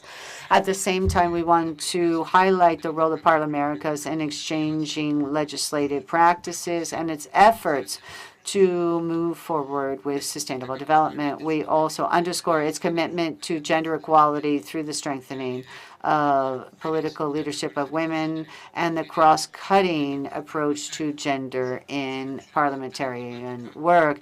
It's climate work based on evidence, based on risk and strengthening of resilience, and also its safeguards to protect democracy, and also its election strengthening. Chair, in 2025, Uruguay welcomed the plenary assembly of Parlamericas and the network of open parliaments, legislating for the future, and parliamentary action anticipated. This meant there was a space to think about legislation and political or policy control. The participants at these conferences looked at governance and open parliaments, how this is complementary to have long-term legislative planning.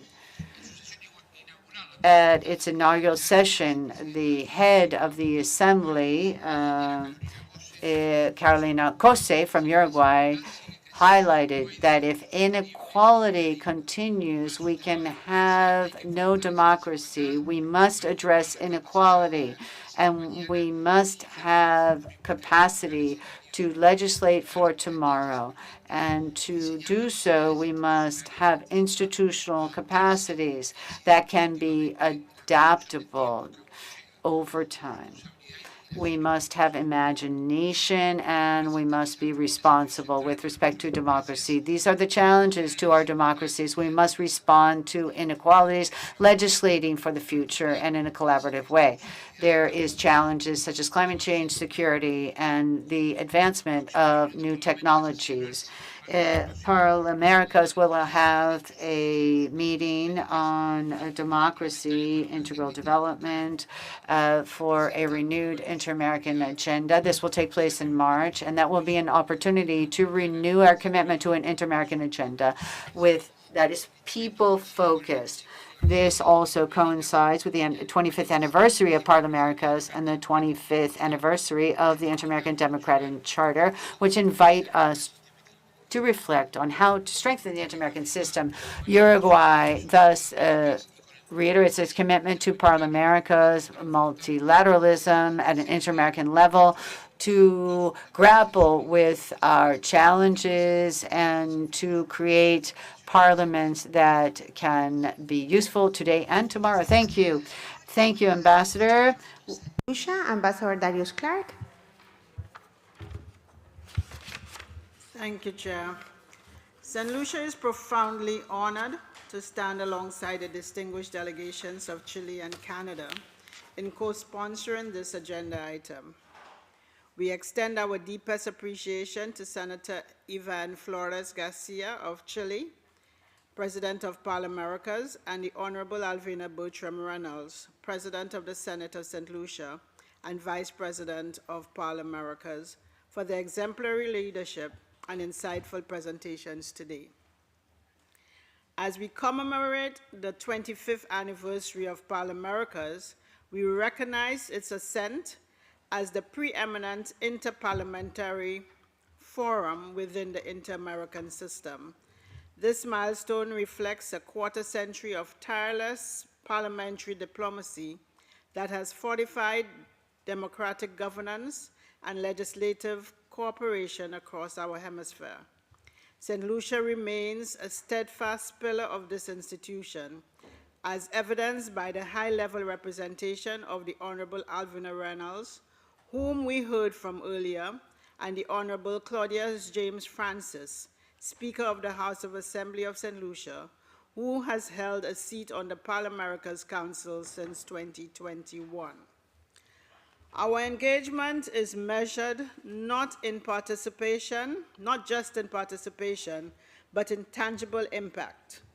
Over the last 3 years, 17 of our parliamentary representatives have contributed to 35 regional activities, advancing critical frontiers in gender equality, climate resilience, and digital transformation. We applaud the declarations adopted in 2025, which address security, gender equality, and an anticipatory governance approach. In an era of rapid changes and climate vulnerability, this exchange of legislative best practices is essential for the resilience of our democracies and the protection of human rights. We commend Parl-Americas for its sustained work, its institutional innovation, and its dedication to inclusive dialogue across the hemisphere. St. Lucia looks forward to deepening collaboration in the years ahead. I thank you, Chair. Thank you very much, Ambassador. And now we give the floor to Guyana. Thank you, Chair. Chair, Guyana's delegation welcomes this opportunity to hear from the President and Vice President of Parl-Americas and thanks them for their presentations, taking particular note of Parl-America's focus on promoting and strengthening democratic governance in the region through contacts at the level of parliaments and parliamentarians. We take the opportunity to offer our congratulations and well wishes as the organization approaches the commemoration of its 25th anniversary this year.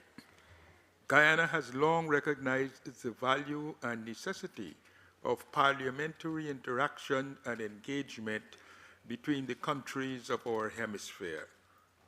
Parl-Americas offers a unique opportunity to foster another layer of dialogue on issues of critical importance, the exchange of information and cooperation in the inter-American system. Importantly, it helps to align and synergize inter-American priorities across the parliamentary landscape. Guyana's current Speaker of the National Assembly, the Honorable Mansour Nadir, has had the opportunity to serve on the Parl-Americas Board of Directors. Chair, overall, Guyana remains supportive of efforts to foster the continued engagement of legislative authorities on matters of inter-American interest and concern. As states continue to focus on promoting and protecting citizens' rights to advance democracy and create and maintain conditions for sustainable development, we look forward to the continued supportive work of Parl-Americas. Thank you, Chair. Thank you, Ambassador Hines. And y le damos la palabra. Delegation Columbia has the floor. Thank you very much, Madam Chairman. First and foremost, we would like to thank Mr. Flores Garcia, President of Parl-Americas, for his presentation, as well as Honorable Alvina Bertram Reynolds, President of St. Lucia's Senate and Vice President of Parl-Americas, for her words and her leadership in this hemispheric space. To celebrate the 25 years of Parl-Americas, to know a sustained path for political dialogue and cooperation amongst parliaments, and upholding our democracy. Over the course of this time, Parliamericas has consolidated and been a space that brings together parliamentarians of the hemisphere and allows us to move towards consensuses and common views. In this time, the relationship with the Organization of American States has been key. Coordination and dialogue between OAS and Parliamericas ensures us that hemispheric commitments are translated also into public policies, alternatives, and mechanisms for oversight in democratic arenas. In this framework, we celebrate that Colombian parliamentarians have been able to contribute to major progress in the region, such as, for example, in support of interparliamentarian initiatives geared towards closing gaps, strengthening political participation of women, and preventing any institutional setbacks. And furthermore, they've been able to spearhead use of tools for accountability, strengthen legislation transparency, and facilitate participation of all citizens. This recognized participation of our Congresspeople in building strategies for parliamentarians and human security is multidimensional, geared towards dealing with transnational organized crime and focused on well-being of people in the center of legislative work. We underscore the progress made in policies for green policies that move towards circular economies and that stimulate technological innovation in a responsible way when it comes to climate change. We also recognize the contribution to programs for young people, promoting inclusion of new generations in the formulation of policies, and which ensures that young people actively participate in building agendas for the future for our countries. In the context of challenges and gaps in inequality, climate change, technological transformation, parliamentary cooperation is crucial to guarantee coordinated responses and focused on people. In complying or in fulfilling 25 years from the permanent mission of Colombia to the OAS, we reaffirm our commitment to strengthen this strategic relationship, convinced that cooperation between political bodies and parliamentarians is crucial and essential to deepen the principles of the Inter-American system, included and those enshrined in the Inter-American Democratic Charter. That this commemoration be acknowledged for Parliamericas and offer a new opportunity to project new paths for cooperation with democracy, human rights, and the rule of law as the guide and light of our collective action. Thank you very much. Thank you very much. Costa Rica has the floor. Good morning, Madam Chairman. Good morning to Mr. Ivan Flores Garcia, Senator of the Republic of Chile, President of Parliamericas, and Honorable Alvina Bertram Reynolds, President of St. Lucia Senate and Vice President of Parliamericas. Costa Rica truly appreciates the permanent missions of Chile, Canada, St. Lucia for including on our agenda the annual report of Parliamericas at this permanent council, commemorating 25 years of this very important parliamentarian organization brings us together. Since its establishment, Parliamericas has been counted as a strategic space to strengthen interparliamentarian dialogue, political cooperation, and promotion of democratic values that are shared throughout the Americas. Its work has contributed significantly to bringing together national views to regional debates in many different thematic areas. And as we've heard today from the different panelists whose participation we truly appreciate. For Costa Rica, the role of Parliamericas has been ongoing, substantial, and long-term. The Legislative Assembly of Costa Rica has actively participated in the bodies of governance in different areas for dialogue from a Central American perspective for the collective building of agendas for parliamentarians in the region.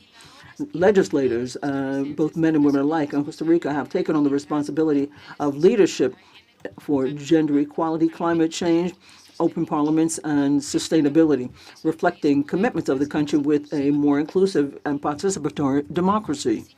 And as such, then, Costa Rica has had the enormous honor of embracing Parliamericas meetings, facilitating spaces for exchanges on priority topics for the hemisphere, such as migration, climate action, and legislative transparency. These bodies have allowed us to strengthen institutional capacities, share best practices, and promote innovative views from national parliaments. Within the inter-American sphere, Costa Rica truly appreciates the coordination between Parliamericas and the OAS as a complementary mechanism that enriches multilateral discussions and strengthens the implementation of the political mandates adopted by member states. The dialogue among parliamentarians and political bodies in the Americas is crucial to ensure coherence, democratic legitimacy, and sustainability in regional decisions. In a hemispheric context with complex challenges for democracy, the rule of law, and citizens' trust in institutions, the role of parliamentarians is basic, it's crucial. Spaces such as Parliamerica contribute to strengthen this role, promoting a constructive contribution from democratic value from a representative and plural standpoint. Mr. Chairman, Costa Rica reaffirms its commitment to continue to support the efforts of Parliamericas and to strengthen the ties between national parliamentarians and the inter-American system as an integral part of promotion of democracy and democratic governments or governance throughout the Americas. Thank you very much, Costa Rica. Thank you very much, Ambassador Alejandra Stolano, for your cooperation. As always, I give the floor to Guatemala now. Thank you very much, Mr. Chairman. Good morning. My delegation truly appreciates Chile, St. Lucia, and Canada for spearheading inclusion of this topic in the Council, as well as Parliamericas for their presentations and for the valuable work that they do in the region.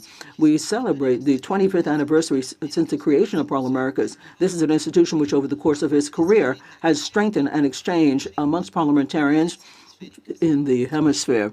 Its work through working groups on gender equality, open parliamentary, climate change, and sustainability, as well as security, has contributed to consolidate legislative capacities and coordinate different activities in the face of common threats. Guatemala has participated actively in these initiatives. In 2025, we were part of the first meeting of the Parliamentary Network of Security in Panama, where we had an initial roadmap for the initiatives, and we were a participant in the youth legislation initiative looking at promotion of gender equality and cultural diversity with indigenous communities and women's organizations. In the 17th Parliamentarian Network meeting held in Brazil in September 2025, under more equality in a world in transformation or a changing world, we adopted the declaration that reaffirms the legislative commitment to or for equality, and our country was elected as the second vice chair for Central America in the executive committee of this network. This represents an honor and a big responsibility. We also contributed to the dialogues on open legislative that were held in Panama, sharing experiences to strengthen transparency and access to information, accountability, the participation of all citizens, and public integrity. Mr. Chairman, the dialogue amongst hemispheric parliamentarians is the bedrock to have solutions for common threats of our people. The legislators play a central role in promoting democratic principles and in moving towards reforms that strengthen economic, cultural, and environmental pillars. We look forward to close cooperation between parliamentarians and the OAS, and this energy will be behind the SIM and the Secretariat for the Strengthening of Democracy, and this has contributed to strengthening regional democracy and the leadership of women in policies. We also underscore in 2025 a memorandum of understanding with the Executive Secretariat for Integral Development in the OAS geared towards strengthening cooperation in transformative technologies, including artificial intelligence, and promoting public policies based on evidence and data analysis. We have accompanied the high-level dialogue with permanent missions to the OAS with a view to the 25 years of the Inter-American Democratic Charter in mind, reaffirming the hemispheric commitment to democracy and human rights. And also we value going along with Parliamericas in the process of the Americas, the summits process, as has been said by the Dominican Republic. So, Mr. Chairman, Guatemala recognizes and values the role played by Parliamericas as a promoter of parliamentarian diplomacy, building consensus and articulation of coordinated responses in key areas for our region. Thank you very much. Thank you very much for your comments. Paraguay has the floor. Thank you very much, Mr. Chairman. The delegation of Paraguay truly appreciates the delegations of Chile, Canada, and St. Lucia for including on our agenda the commemoration of the 25th anniversary of the creation of Parlaméricas, an initiative of major relevance for strengthening interparliamentarian dialogue in our hemisphere. We truly also appreciate the valuable presentations of the honorable panelists, the reflections of which underscore the importance of parliamentarian work to strengthen democracy in the Americas. Paraguay would like to underscore that up till last year, Senator of the Republic of Paraguay, Nato Velar, was the chair in Parliamericas, which reflects the active commitment of our country with this platform and its willingness to contribute to the leadership and the regional agenda. Paraguay values Parlamerica as a space which complements the OAS's work in allowing national parliamentarians to actively participate in dialogue in the hemisphere and to strengthen the coherence between international commitments and the legislative national frameworks. We believe that this forum contributes to improving quality of democracy by an exchange of best practices when it comes to legislative functioning, parliamentarian control, oversight, well as accountability and citizens' participation. As such, in Parliamericas, we see an effective mechanism for institutional voice of parliamentarians through thematic networks, exchange for and technical cooperation. In this context, we embrace what was mentioned by the Honorable Bertram Reynolds, President of St. Lucia Senate, to include this topic of security in the discussion amongst parliamentarians. Our country needs parliamentarians who are committed to strengthening democratic processes and spaces that channel a robust debate on topics that most affect our people. In this regard, then, we celebrate, since its creation, Parliamericas that has consolidated one of the most active in the inter-American system. It serves as a platform to promote democratic governance geared toward the well-being of all citizens of the Americas. And then, lastly, the delegation of Paraguay reiterates its support behind Parliamericas and encourages us to deepen parliamentary work as an instrument to look at regional agendas to deal with the concrete needs of our populations, promoting solutions that are shared, that contribute to the well-being and social progress and economic wherewithal of our people. Thank you very much, Mr. Chairman. Thank you very much, Ambassador. I'd like to give the floor to the Ambassador of Canada. Thank you very much, Mr. Chairman. Canada first would like to thank the speakers for their presentations today. We are very happy to underscore today and celebrate the 25th anniversary of the creation of Parliamericas. This organization, over the course of years, has served as a voice of parliamentary diplomacy in the continent and in the inter-American system. The delegation of parliamentarians often has people that come from different political views. Parliamentary diplomacy, as such, offers the single opportunity to exchange different viewpoints and to favor cooperation throughout our continent. In English. Values Parliamericas' work with parliamentarians to advance democracy and good governance at a time when democratic institutions are facing growing pressure. Canada strongly believes in parliamentary diplomacy as it strengthens cooperation and ties between and among our countries while promoting and improving inclusive good democratic governance through dialogue and capacity building. This conviction was what guided us 25 years ago when Parliamericas was created at an inaugural meeting hosted by the Parliament of Canada.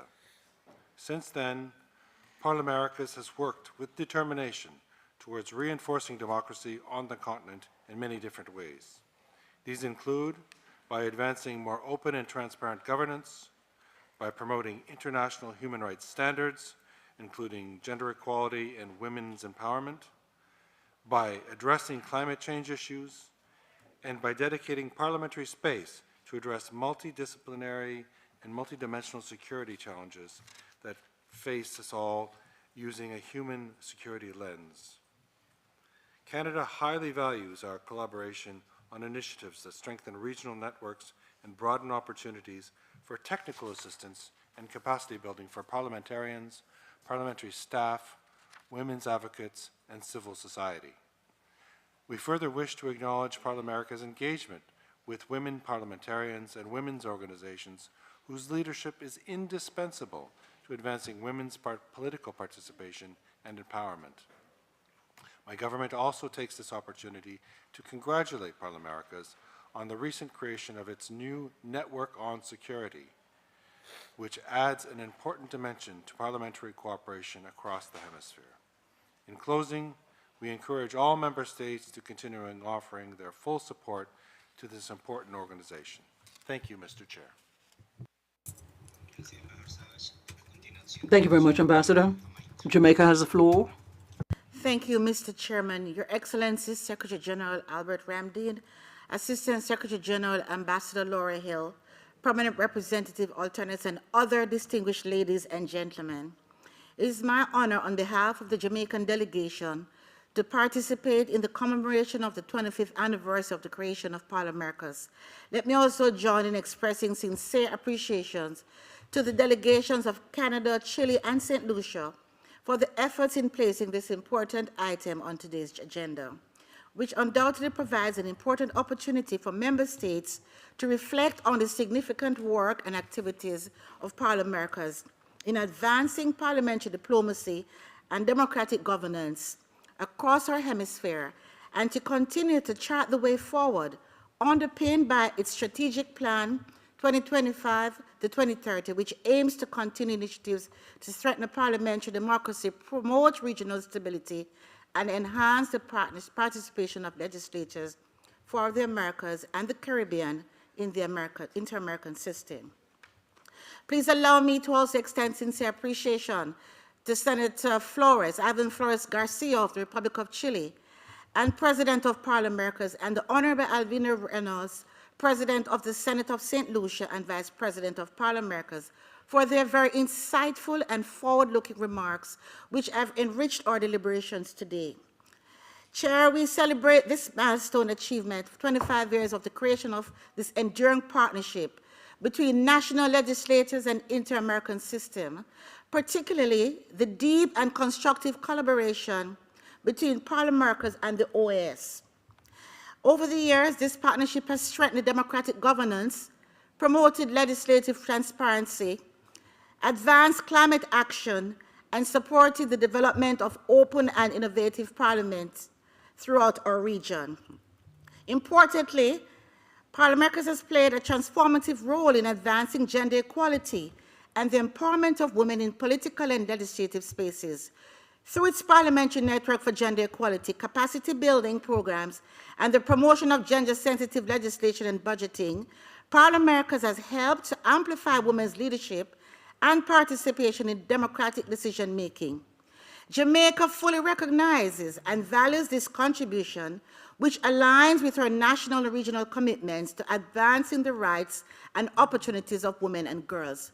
We also welcome the sustained engagement between Parliamericas and the OAS through its visits and exchange visits here in Washington, D.C. These interactions have strengthened cooperation, facilitated policy dialogue, and reinforced the critical link between parliamentary and intergovernmental process. My delegation, therefore, looks forward to the upcoming Parliamericas engagement with the OAS scheduled for March, which will further deepen this important partnership and advanced shared hemispheric priorities. Jamaica remains proud of its sustained and active engagement with Parliamericas. Mr. Chair, the Houses of Parliament of Jamaica continue to be fully engaged in its meetings, dialogues, and initiatives. Over the past 2 years alone, 47 parliamentary stakeholders from Jamaica have participated in 33 regional activities. This level of participation demonstrates our country's firm commitment to collaboration, knowledge exchange, and legislative strengthening. In January 2026, the Houses of Parliament of Jamaica, in partnership with the Commonwealth Parliamentary Association and Parliamericas, successfully delivered a post-election seminar for new and returning legislators. This initiative strengthens institutional capacity at a pivotal moment in Jamaica's parliamentary cycle and reinforce the importance of continuous professional development for parliamentarians. Parliamentarians also continues to provide legislators across the hemisphere practical tools and knowledge resources, including analysis, addressing transnational organized crime and citizen security, as well as guidance and incorporating intergenerational perspectives and anticipating emerging trends that will shape the future of parliamentary work. In closing, the delegation of Jamaica conveys its deep appreciation to parliamentarians for the outstanding work he continues to undertake in Jamaica and across the hemisphere. We look forward to continued engagement, strengthening cooperation, and shared progress in advancing democracy, gender equality, and sustained development throughout the Americas. Mr. Chair, I thank you. Thank you very much, Jamaica. Panama has the floor.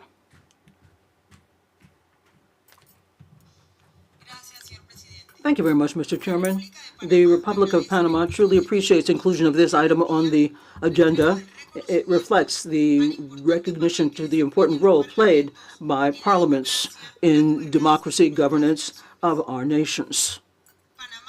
Panama embraces the participation of the Honorable Ivan Flores Garcia, Senator of Chile and President of Parliamentarians, as well as that of Her Excellency Albina Bertram Reynolds, President of St. Lucia Senate and Vice President of Parliamentarians, and truly appreciates the valuable presentations of which we have taken due note. At this time, Panama would like to echo and enjoy the 25th anniversary of the creation of Parliamentarians, underscoring the role that this organization has played for a quarter of a century as a platform of interparliamentarian dialogue and exchange of best practices for legislatures and strengthening of capacities to grapple with the common challenges in our region. The government of Panama, represented by its National Assembly, maintains active participation for Parliamentarians' structure and in the various initiatives that are spearheaded by that organization, particularly those geared for an open parliament, climate action, and gender equality.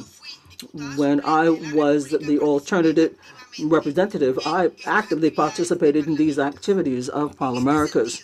So in that vein, we would like to underscore that in November 2025, our country was host of the first parliamentarian network meeting integrated by parliamentarians of all countries from Latin America and the Caribbean. This was a hallmark in strengthening cooperation amongst parliaments when it comes to regional security. Within the framework of that meeting, we moved on to put together the Parliamentarians Committee on Security with a vice chair, and this reflects the commitment of parliamentarians in the region to institutionalize this mechanism of dialogue and coordination.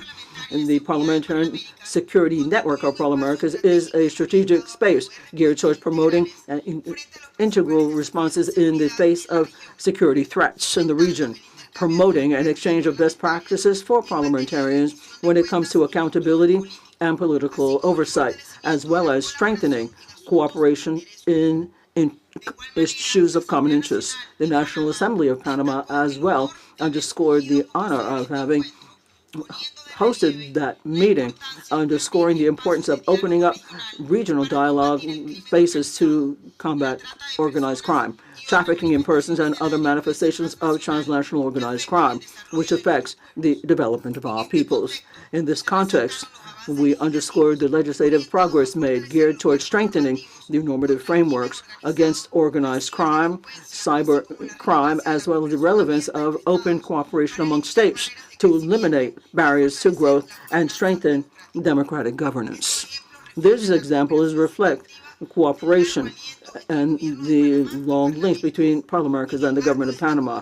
Within the framework of this commemoration, then we reiterate our commitment to continue to strengthen this alliance, truly believing that the parliamentarians' work is a fundamental pillar to strengthen democracy, have inclusion, and sustainable development in the region. Thank you very much, Mr. Chairman. Thank you very much, Ambassador. Grenada has the floor. Grenada warmly joins in saluting the President and Vice President with thanks for their rich and informative presentations this morning. We join in commemorating the 25th anniversary of Parlaméricas and in recognizing its vital role in strengthening democratic institutions and interparliamentary cooperation across the Americas.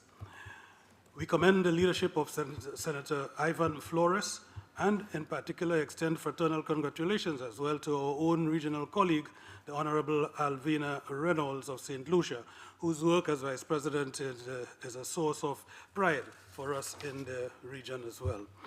We believe that democratic renewal requires not only free and fair elections, but also ongoing accountability, inclusion, and responsiveness. Parlaméricas has created a trusted space for legislators to pursue that renewal together. As we receive this annual presentation and mark this milestone, Grenada affirms its commitment to deeper engagement with Parlaméricas and supports efforts to strengthen its linkages with the OAS. Together, let us continue to build legislative capacity, foster integrity in governance, and amplify the voices of our citizens. Thank you, Mr. Chair. Thank you very much, Ambassador. Ecuador has the floor. Thank you very much, Mr. Chairman. The Republic of Ecuador would like to truly express its gratitude for the presentations by the President and Vice President of Parlaméricas, which underscores the important work this forum does for democracy throughout the hemisphere. The intention of a parliamentary network in the Americas was born from a very simple but powerful idea that the big issues of the hemisphere could be discussed not only from the executive standpoint. Resolution 7316 was to promote a space of meeting amongst the parliamentarians of the member states of the Organization of American States with a view to strengthening dialogue with a common agenda. And as such, the Interparliamentarian Forum was created, today known as Parlaméricas, the first meeting of which gave us a real space for this kind of conversation. 25 years after, this decision shows that everything was on point. Resolution 3029 of the General Assembly of 2024 not only reaffirms the value of interparliamentarian dialogue, but also shores up the link between this permanent council and Parlaméricas, recognizing that building a consensus requires active participation of all the legislative branches. The Republic of Ecuador recognizes the work carried out by Parlaméricas to strengthen dialogue in the legislatures. Representatives of my country participated in parliamentary meetings in the summits of the Americas. They were part of delegations and parliamentarians that visited Washington to strengthen institutional cooperation between Parlaméricas and the OAS. And they have attended other issues and talked about women and the environment, security, and other points. We truly appreciate Parlaméricas activities such as the National Assembly of Ecuador's participation in parliamentary areas and legislative training, gender equality. Ecuador would like to say that it expects that these activities seep into other areas, especially those that call for equality in our hemisphere and that can be discussed in these cities with a view to common objectives and the fight against threats that affect our continent. We have to have intentions. The approval of national legislation that is the bedrock of effective action between our states so that we can be successful in areas such as the defense of democracy, respect for human rights, the fight against transnational organized crime, the fight against corruption, and promoting well-being and development. For this, it is important to continue to support Parlaméricas' work to strengthen parliamentarian institutionality in our countries in coordination with the Secretariat for Strengthening Democracy and other entities in this organization. Thank you very much. Thank you very much, Ecuador. Albert Ramdeen, Secretary General, has the floor. Thank you very much, Mr. Chairman.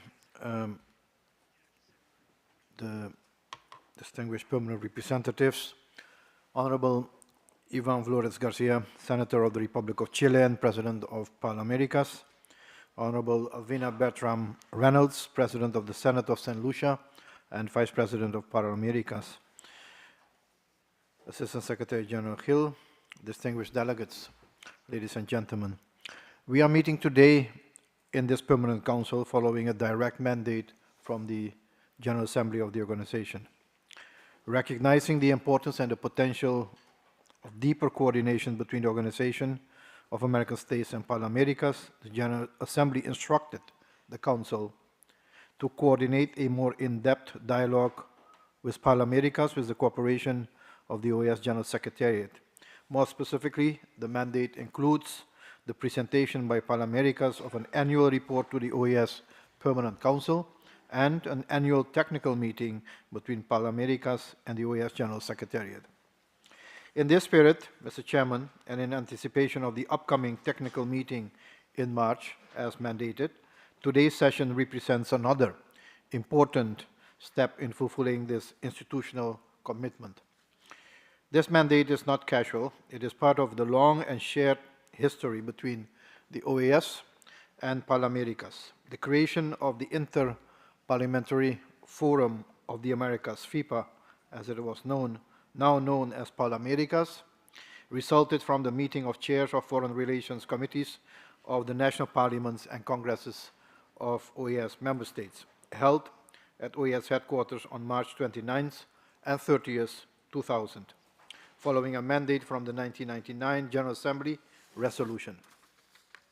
So, Mr. Chairman, this enduring connection demonstrates that the cooperation we are strengthening today continues a legacy of parliamentary engagement deeply rooted in the inter-American system for more than 2 decades. Parliaments embody the political, social, and territorial diversity of our democracies. They are vital spaces where dialogue leads to shared solutions to common challenges. Through their work, they help us think forward toward a unified, shared hemispheric agenda for the future. To achieve these goals, collaboration among legislative bodies, parliamentary forums, and international organizations is indispensable. Such cooperation strengthens legislative impact, enhances institutional legitimacy, and ensures meaningful and lasting results towards stability. In this context, we reaffirm our full support for the mission and vision of Pan-Americas. Parliamentary diplomacy not only strengthens the legal foundations for international relations, it fosters mutual understanding among nations, deepens interparliamentary ties, and advances hemispheric integration. Our OAS program to support legislative branches reflects the diverse priorities of our member states. It seeks to modernize parliaments, promote innovation, and enhance democratic legitimacy through transparency, accountability, and more effective political representation. Distinguished President and Vice President of Pan-Americas, I offer on behalf of the General Secretariat my sincere congratulations on the 25th anniversary of Pan-Americas. I'm confident that this forum will continue to promote dialogue, collaboration, and effective parliamentary diplomacy across the hemisphere. Let me reaffirm that the OAS stands ready to support and strengthen our shared goals.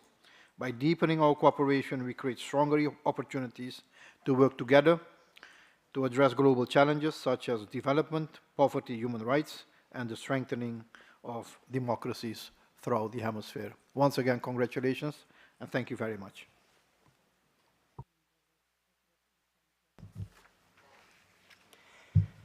Gracias. Thank you. And we'd like to especially thank the President and Vice President of Pan-Americas. And again, congratulations on the 25th anniversary of Pan-Americas. The chair proposes that the Permanent Council takes notes, of the presentations made, recognizing the essential role that legislators play in representative democracy, and highlighting the importance of regional interparliamentarian organizations as fora for hemispheric dialogue in compliance with the mandate of the General Assembly. If there are no objections, it is so agreed.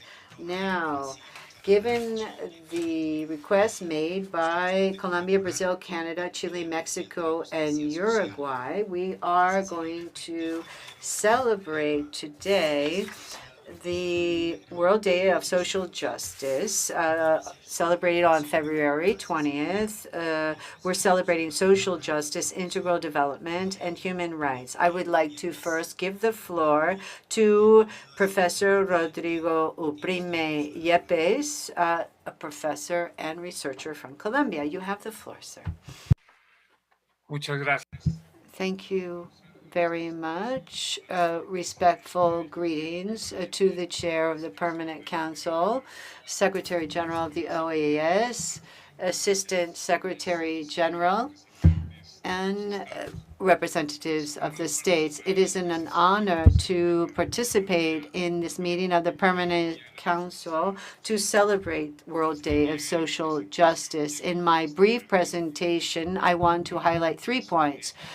The solidity of the Inter-American framework to bring about social justice and economic, social, cultural, and environmental rights, and that the realization of these values in the Americas is disappointing. I want to talk about the challenges that come about between the framework and the reality. The OAS Charter includes the principle of social justice, and in Chapter 7, the ESCER rights. And this has been upheld by the General Assembly with the Social Charter. This means that in keeping with inter-American international law, it is the duty of the states to do everything to materialize social rights in their territories. The Charter not only points this out, but also expressly talks about 2 transcendental principles: the idea of extraterritorial duties and obligations, the duty of states to cooperate with other states to achieve social justice, and the realization of ESCER rights throughout the Americas. This is provided for in Articles 30 to 32 and 35 to 39 of the Charter, which emphasize that these cooperative obligations are stronger for the richer and more developed states. The second normative principle that is established by the OAS Charter is that it is not enough to achieve social justice and ESCER rights. We must not just eliminate, eradicate poverty, we must fight against inequalities. This is especially important in Article 34 that indicates states need to promote not only the elimination of extreme poverty, but it must look for equal opportunities and equitable distribution of wealth and income. We therefore have a very strong framework. It is stronger than that of the universal system because of the extraterritorial obligations and the duty to reduce corrosive inequalities. And this has been established through human rights bodies, but it's very explicit in the Charter. Secondly, the reality, which is different, however, it is disappointing. In recent decades, there has been economic growth in most social indicators in most countries. However, we still have social precarity, and poverty is still widespread, especially in Latin America and the Caribbean.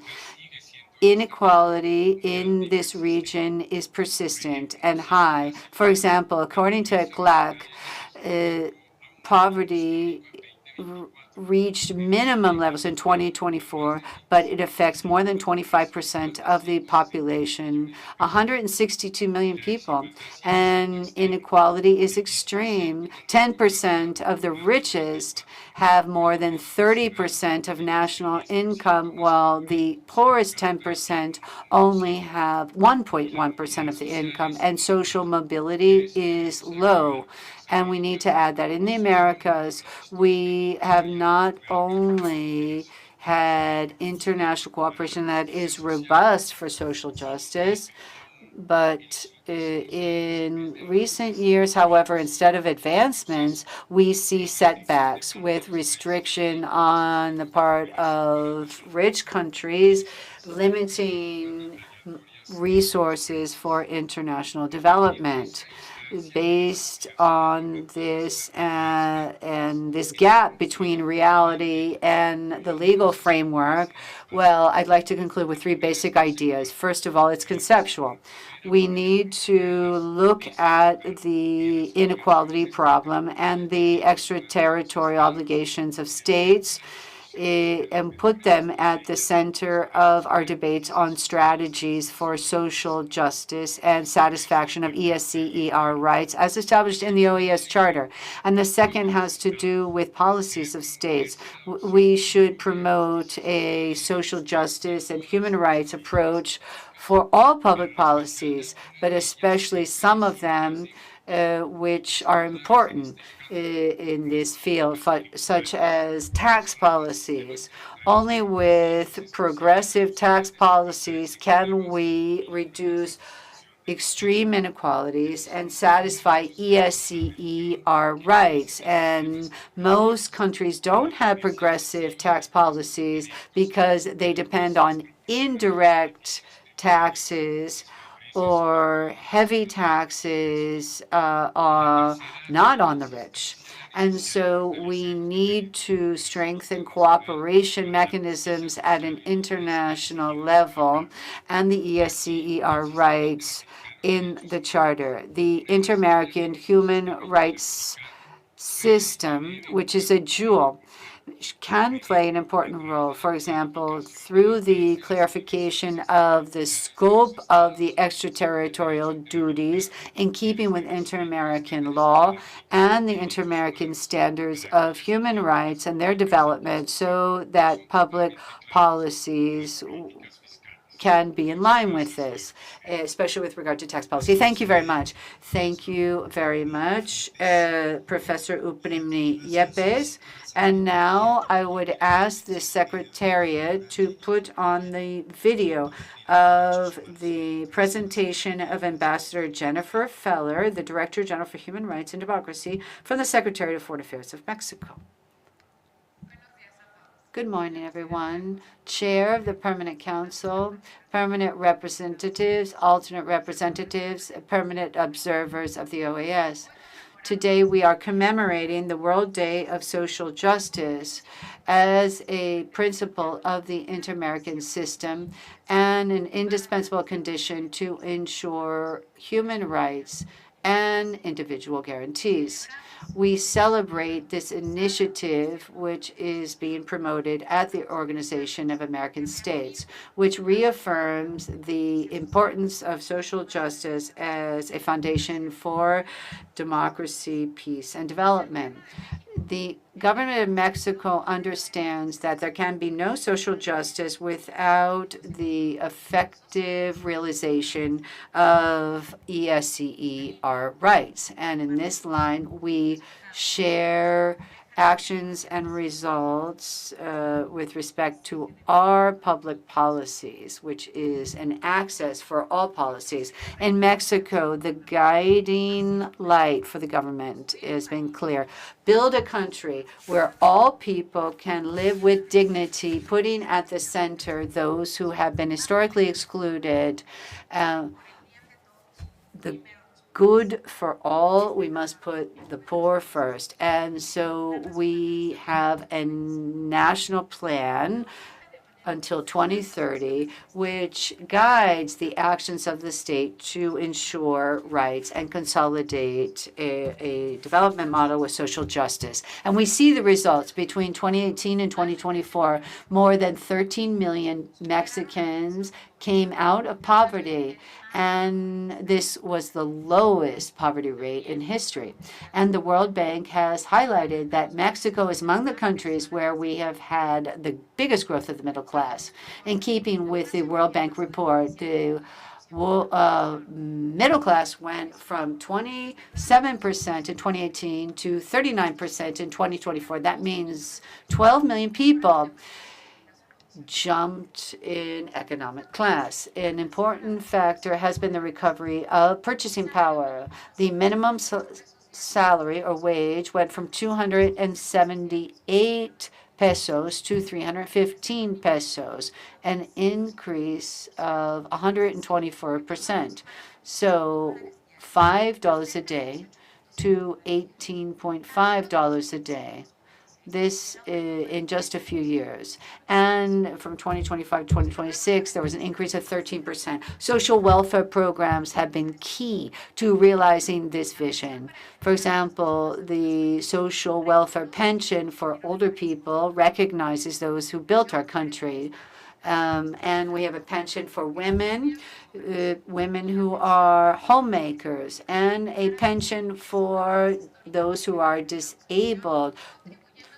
Disabled people have been historically excluded, and we want to include them. And in December 2024, we recognize constitutional rights of all these people, and we have now a program for pensions, which are millions of dollars. And so this means more than 40 million people are receiving these pensions.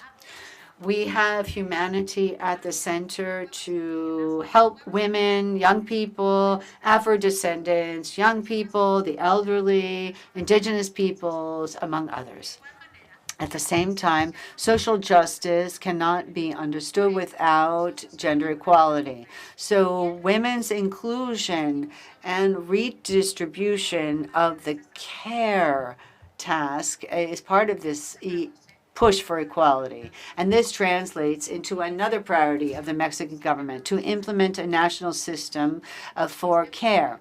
This approach is reflected in our national strategy for public policy, which recognizes that violence has structural causes and peace can be guaranteed to give access to education, health, well-being, and employment. We reiterate our commitment to the principles of the OAS Charter, which recognize social justice as a foundation for development, peace, and democracy. The achievements of the Mexican government show that it is possible to have a development model based on rights and aimed at social welfare. Based on these outcomes, Mexico at a multilateral level has an agenda based on change to promote collective well-being.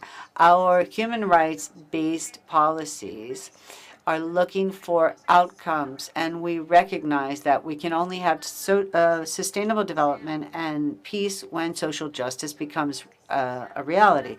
The struggle for social justice is based on the idea that all people are equal based on dignity and rights, and the states must guarantee these rights. Thank you. Thank you very much. We thank the delegation of Mexico for having facilitated the participation of the ambassador in this session. And now I would like to offer the floor to Javier Palomo, who's here with us. He is the Special Rapporteur of the IACHR on Economic, Social, Cultural, and Environmental Rights, ESCER rights. Mr. Palomo, welcome. You have the floor. Thank you very much, Chair of the Permanent Council, Secretary General, Assistant Secretary General, distinguished permanent representatives of the member states, permanent observers, ladies and gentlemen, good morning. It is a pleasure to address this permanent council in my capacity as the Special Rapporteur on Economic, Social, Cultural, and Environmental Rights of the Inter-American Commission on Human Rights with respect to this commemoration of the World Day of Social Justice. And I thank you for the opportunity, especially to reflect here at this Inter-American Forum on the significance and the transcendence of this concept of social justice. I want to begin by recalling the foundational character of the social justice for the OAS And it is not an accident that the OAS Charter in 1948 enshrined in its preamble the objective of consolidating in the continent a regime of individual freedom and social justice based on respect for human rights. Social justice, therefore, is a condition necessary for democracy and to realize human rights, this according to our charter. And this has been recognized by states throughout the normative evolution, the Inter-American Democratic Charter, and more recently, the Social Charter of the Americas reinforces these ideas, mentioning social justice in different articles. In contemporary terms, social justice means to ensure capacities and conditions, material conditions that are sufficient and institutional frameworks that ensure participation and treatment as equals, and doing this without discrimination. And this means recognizing impacts, differentiated impacts for different groups, women, children, and especially when we have intersection of poverty, rural areas, indigenous peoples, Afro-descendant groups. The comparative evidence in different contexts show that extreme inequality, generalized poverty, and structural exclusion erode the quality of democracy and compromise its sustainability. We know that human rights, civil rights, political rights, economic and social rights, cultural and environmental rights are indivisible. When a person lives in poverty or is a victim of discrimination in access to health or education, this person cannot fully exercise their civil rights or participate on equal terms. Social justice is not just the purview of this organization. It is a mandate that is obligatory, binding, and still exists if we want to take on the present and future challenges we're facing. So I want to refer to some key aspects of the scope of social justice from my perspective in my rapporteurship. Social justice is inseparable from tax justice, the way a state collects and distributes resources, shows ethics, and this has an impact on who accesses rights or who is left out. An efficient tax system is decisive for the redistribution and equity. The OAS Charter mentions that countries in the Americas commit to establishing tax systems that are appropriate and equitable to attain sustainable development or sustainable goals with social justice. And so the government budget is to close gaps, not to widen gaps. And I must be clear in stating that when austerity policies are applied as the only policy, especially if there are generalized cuts of social welfare programs without looking at the impacts, then these policies are restrictions on capacity of the state to ensure rights, especially ESCER rights. And in attention to progressivity and non-regressivity, this can undermine rights and social cohesion, as well as democratic governance. And secondly, social justice today demands that universal values must be translated into reality with voices that have historically been sidelined. This means that decisions must be made open, transparently, made, because social justice is based on institutions that are capable and democratic processes based on deliberation. This includes ensuring the effective participation of Indigenous peoples, Afro-descendant communities, and other groups historically excluded from decision-making processes, with safeguards against discrimination and based on accountability. Thirdly, in the 21st century, social justice is inseparable from climate justice.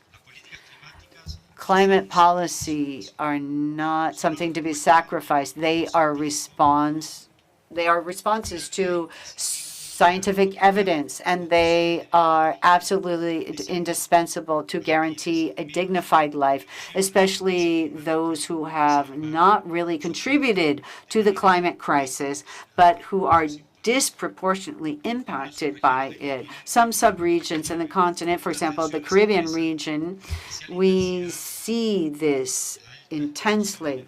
We see extreme weather events, we see small economies, we see high costs, and this means that their public policy is restricted. And social justice of the 21st century is also based on digital infrastructure. It is important who defines the rules, how risks are distributed, and what safeguards exist to prevent discrimination, violence, algorithmically speaking, and structural issues. The decisions that affect rights are displaced to automatized or automatic systems, and concentration of power. Inequality is repeated with new tools and in a greater way. Please finish, yes. Please go ahead, sir.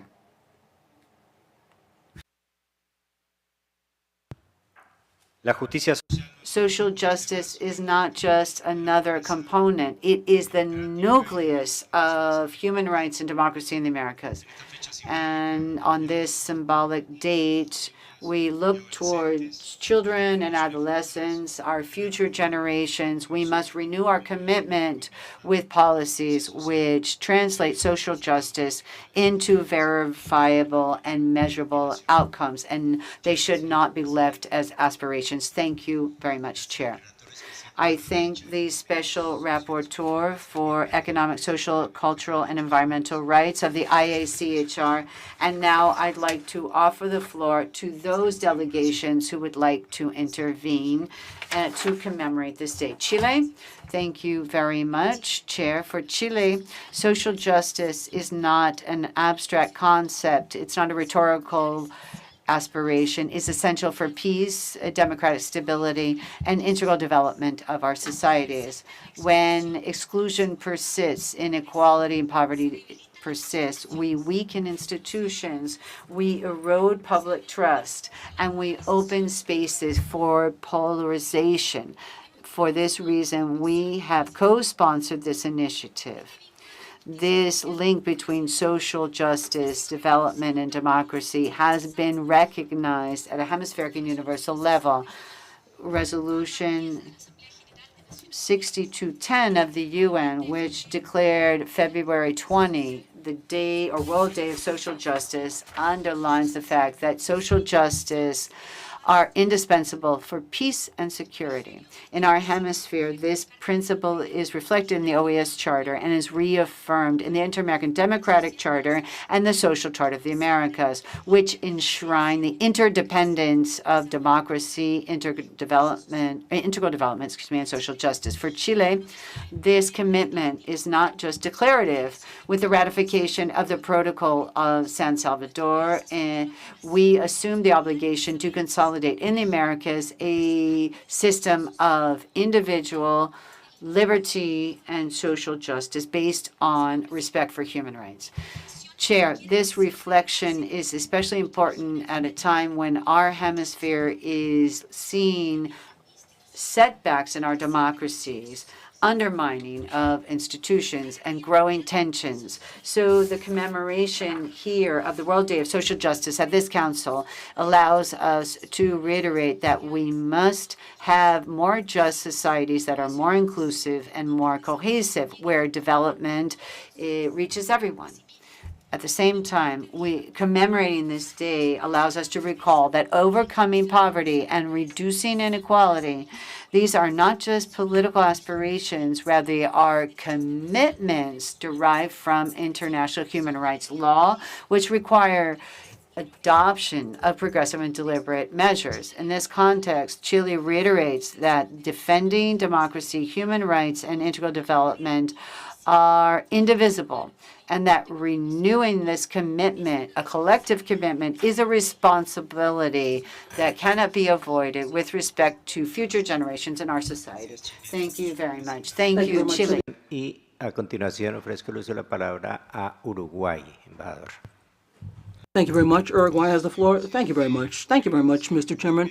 We truly appreciate Colombia for leading this World Day of Social Justice, an initiative that we have been honored to support. I'd also like to greet the Special Rapporteur on Economic, Social, Cultural, and Environmental Rights of the Inter-American Commission and congratulate the sterling work in consolidating a work with a Special Rapporteur, which complements the freedom of expression work that I have been honored to lead for a few years now. Along that line of interdependency, and particularly between rights which are structural. For Uruguay, precisely, social justice is a structuring principle, part of the rule of law and democracy in the multilateral system. This is inseparably linked to the full-fledged and independent context of all rights. The Organization of American States in the Hemisphere stipulates that equity, distribution of income and wealth are essential conditions for stability and democracy in the Americas. And at the same time, the Inter-American System of Human Rights has reaffirmed that economic, social, cultural, and environmental rights are indispensable and have to be progressively crystallized with adequate access to resources so that we can move on when it comes to rights. The realization of all of this translates in these principles into the institutional architecture, budget planning, and verifiable results. Mr. Chairman, on the national plan, social justice for Uruguay is a policy of the state. Currently, the priorities are reflected in the recently approved law of national budget to articulate the normative public policy and commitment. We have earmarked priority areas to strengthen the national system of health with an emphasis on primary care and closing in the gaps, consolidation of policies for early childhood and education, social protection through transparency, and programs focused on people who live in situations of vulnerability, public safety and well-being as a condition for exercising these rights, and strengthening environmental institutionality, including environmental aspects for planning development. As such, we've envisaged specific resources for gender equality policies based on gender and the inclusion of people with disabilities, reaffirming a cross-cutting approach and non-discriminatory in our approach as well. The main challenge is to close the gap between the formal recognition of rights and implementation of the aforementioned. This means we have to strengthen institutional capacities, improve intersectoral coordination, consolidate transparency mechanisms, and use the aggregate context which will allow us to use the resources for those who most need them. The fiscal context is also indispensable. This calls for sustainable financing and funding. Uruguay has been a pioneer in implementing a tax system which is progressive under the principle of more income, more contributions. This structure has allowed us to have public policies to slash structural poverty and have social redistribution that Uruguay has, and that we believe is the broadest in the continent. We understand that social justice in the 21st century should incorporate new dimensions, ecological accountability, inclusive initiatives, and ethic use of AI with distributed means that require multilateral coordinated responses. In District 4, we've underscored the need that technological innovation doesn't deepen structural gaps, but rather should contribute to access to rights. Mr. Chairman, to strengthen social protection, to fight against discrimination, to guarantee access to rights is not a social agenda, but rather an agenda of democracy.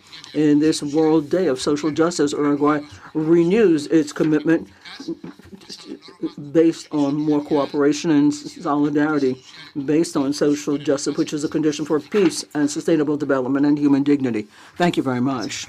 Thank you very much. Brazil has the floor.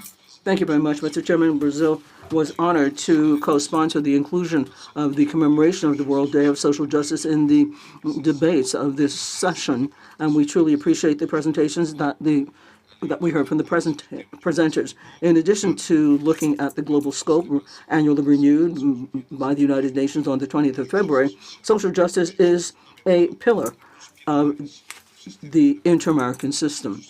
Social justice is quoted 4 times in the Charter of the OAS, not as just a rhetorical inspiration, but as a commitment collectively taken on by states in the hemisphere as an indispensable condition for peace and security. We can say that it's also a condition for development and full enjoyment of rights. In the Inter-American Democratic Charter adopted in 2001, member states reaffirmed the interdependent and the mutual strength between democracy, integral development, and social justice. In 2012, the Assembly General of the OAS approved the Social Charter of the Americas, the first article of which recognized the legitimate aspiration of the peoples of the continent for social justice and attributes to the government the responsibility to promote it. In addition to this very robust normative framework, it's also important to underscore the concrete efforts that have been taken on in the OAS to promote and crystallize these objectives. Today, we have the values contribution of Relator Javier Palomo, who has done sterling work in social justice and in his work in the Special Rapporteurship for Economic, Social, Cultural, and Environmental Rights. Also in the Inter-American Council for Integral Development and the Inter-American Commission for Social Development, we have seen a quest to promote cooperation for the development of our hemisphere, seeking to advance social justice. The right to development is a basic principle to enjoy these rights, especially for developing countries. The defense of democracy also implies dealing with social demands, economic demands, and to ensure broad-based and effective social participation. In this context, the Brazilian government prioritized the policies that fight against poverty and the promotion of social justice. The main program of the Brazilian government geared towards the vulnerable populations, Bolsa Familia it's called, was relaunched in 2023, taking up the counterparts of the beneficiaries and the families that have this program. In addition to guaranteeing income for families who live in poverty and a program of public policies, we have strengthened access to the basic rights. Like other various policies by the Brazilian government, in addition to efforts made by the society, in August of 2025, the United Nations, or for FAO, that is to say, announced that Brazil was once again taken off of the food map. Well, it's significant that there are challenges, but we reaffirm our willingness to continue working with a more just and equal society, both nationally as well as regionally. We cannot forget, Mr. Chairman, the vocation of this organization to promote social justice and the commitment shouldered by our countries and our societies, reiterated, or I should say time again, as we fight against and move towards this goal. Thank you very much. Thank you very much, Ambassador. El Salvador has the floor. Thank you very much, Mr. Chairman. Thanks to the distinguished panelists, we also would like to commemorate this World Social Justice Day and underscore that it's urgent to move on to more equitable solutions in keeping with the principles and objectives established in the Charter of the OAS and other inter-American instruments when it comes to this issue. In a hemisphere marked by the persistent inequalities We reiterate that integral development and the effective use of human rights are fundamental pillars to consolidate inclusive societies that are resilient and democratic. For El Salvador, social justice means guaranteeing a dignified life with access to opportunities, elimination of structural gaps that historically have limited the development of far-reaching sectors of the society. For us, this is a fundamental priority alongside economic renewal. Transformation is a reflection of public policies that we have promoted, which look at the right to life as a fundamental pillar in my country. The activities mean that we have to have social peace and have allowed that millions of Salvadorans today enjoy their rights in conditions that before were unthinkable, generating an area to move ahead in progressive achievement of economic, social, cultural, and environmental rights. Within this framework, then, we are promoting a model of social development based on a culture of integration and inclusion, which promotes active coordination, which is ongoing amongst the institutions of the states and the private sector, with a view to have social development, cultural, education, political, economic development in all the communities in the country. These are major efforts being made in education with educational programs which allow us to move ahead as we build a school infrastructure and to implement new national curricula for early childhood, which puts children at the center of the educational process. Higher education is stopped being a privilege, and it is now an opportunity which is accessible, broadening the possibility of continuing studies for millions of people and children with educational programs for 2026. We hope that more than 20,000 students have access to university studies or vocational studies. In terms of health, we have worked to ensure access, universal access, by strengthening the health system and including technological tools that broaden coverage and facilitate these opportunities as the SV Doctor platform, which offers free care, mobile care as well for virtual consultations 24/7 with specialists and doctors, and examines and access to drugs in pharmacies. These initiatives, in addition to others, reflect a broad-based view of social justice and an interdependency with social economic conditions that favor those who have historically been sidelined. So, Mr. Chairman, my delegation is aware that given the inequality conditions that we have in the region, we are called on to take on coordinated activities so that we can deal with the structural endemic challenges, insecurity, poverty, corruption, which undermines human rights and the integral development of our societies. And that is why strengthening the Inter-American System for Integral Development, particularly in this case, the ministerial process for social development for 2026, as well as renewing the RITSO network and the capitalization of the Remler Fund, are spaces and mechanisms of high level which are available to promote dialogue and concrete activities in the organization. Now, underscoring us to not double up on efforts and our work between the entities and the organs of the Inter-American System, we must advance toward the legitimate aspiration of social justice in the hemisphere. Thank you very much. Thank you very much. Colombia has the floor.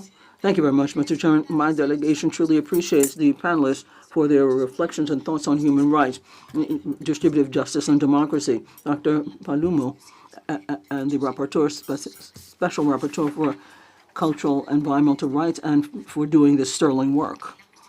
Social justice is a driving and guiding light of the Inter-American System as we have it enshrined in the Charter of the Organization of American States, and this is very closely linked to the promotion of integral development, overcoming poverty, and a slashing of inequality. For Colombia, we have policies to cover the gaps and to have a society which is much more equitable and inclusive.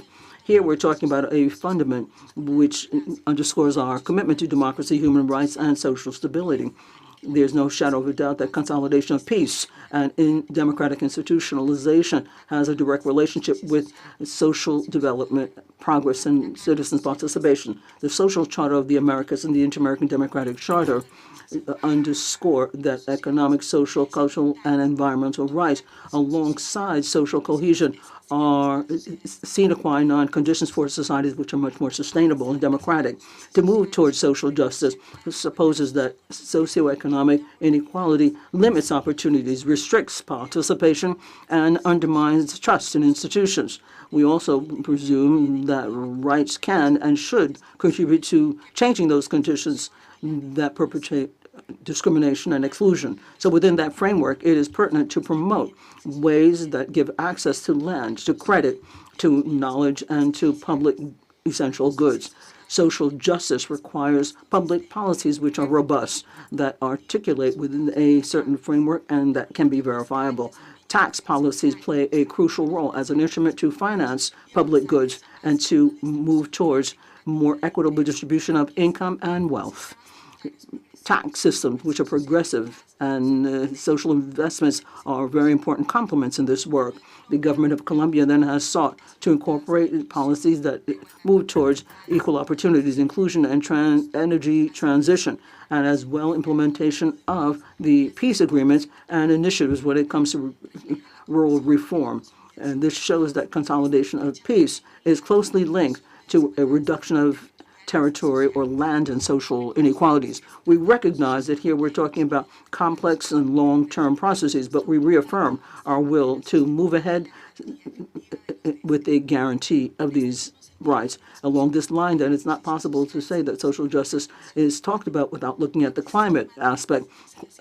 Climate crisis affects disproportionately populations that live in vulnerability. In mega diverse countries and very diverse countries such as ours, protection of the environment and the guarantee of rights will allow us to move ahead. This reality calls for coordinated responses based on dialogue and mutual multilateral cooperation, and that is why we feel it's necessary to strengthen multilateralism as a mechanism for financing and making things accessible and effective cooperation for adaptation and climate mitigation. This is crucial that the international financial frameworks contribute so that states can work together and take on their social commitments and environmental commitments. Social justice also requires sensitive views of structural needs and the differentiated impacts of public policies. A territorial inclusive approach that takes into account the situation of indigenous peoples, Afro-descendant communities, women, and young people strengthens the legitimacy and the efficacy of public initiatives. This goes along with transparency, participation, and adequate mechanisms and follow-up, as well as M&E. We are called on to take on our commitments and specific actions in the inter-American system to make this part and center front of our policies. This is a conviction to strengthen democracy and to guarantee full-fledged exercise of human rights in our region. Today, more than ever, social justice calls for coherence, inter-American cooperation, and a sustainable commitment by all member states. Thank you very much. Thank you very much, Colombia. Canada has the floor. Affirms that integral development, the eradication of poverty, and the reduction of inequality are core objectives of the organization, and that justice and social security are essential for lasting peace, democratic stability, and the full enjoyment of human rights. Social justice and sustainable development are only achievable when all can participate fully in society. Canada reaffirms its commitment to advancing social development for all through inclusive and equitable policies rooted in our human rights-based approach. Internationally, the vision of sustainable development is central to both the UN Agenda 2030 and the Inter-American system, as both aim to remove barriers and create the necessary conditions for full engagement for all sectors of society.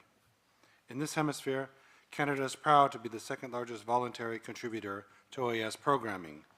We are pleased to support areas such as strengthening democracy, advancing human rights, including the rights of women and the most vulnerable, and promoting greater participation of women in civil society and political life.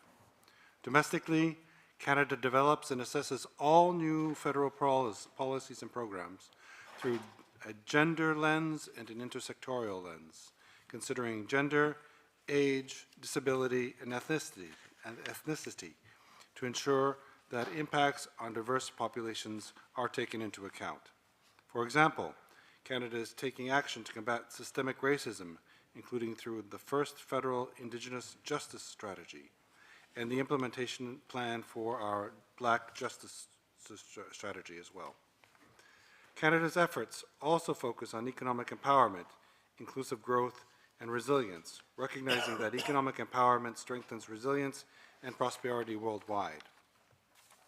Monsieur le Président, les récents Mr. Chairman, the current situation and the quick evolution of technology and the geopolitical situation have led to uncertainty in the international order. This is a disquieting trend when it comes to the rights of people and the equality of all people. We have to move towards sustainable development. Canada makes its efforts and is committed to promoting durable trade and to do the necessary work for equitable growth thanks to the protection of international standards for labor and non-discrimination, as well as equality amongst people on their work or at their work. A way of looking ahead, this is a way of equitable initiatives to move ahead with equality of all people and the equality of all LGBTQ people is crucial for social justice in Canada.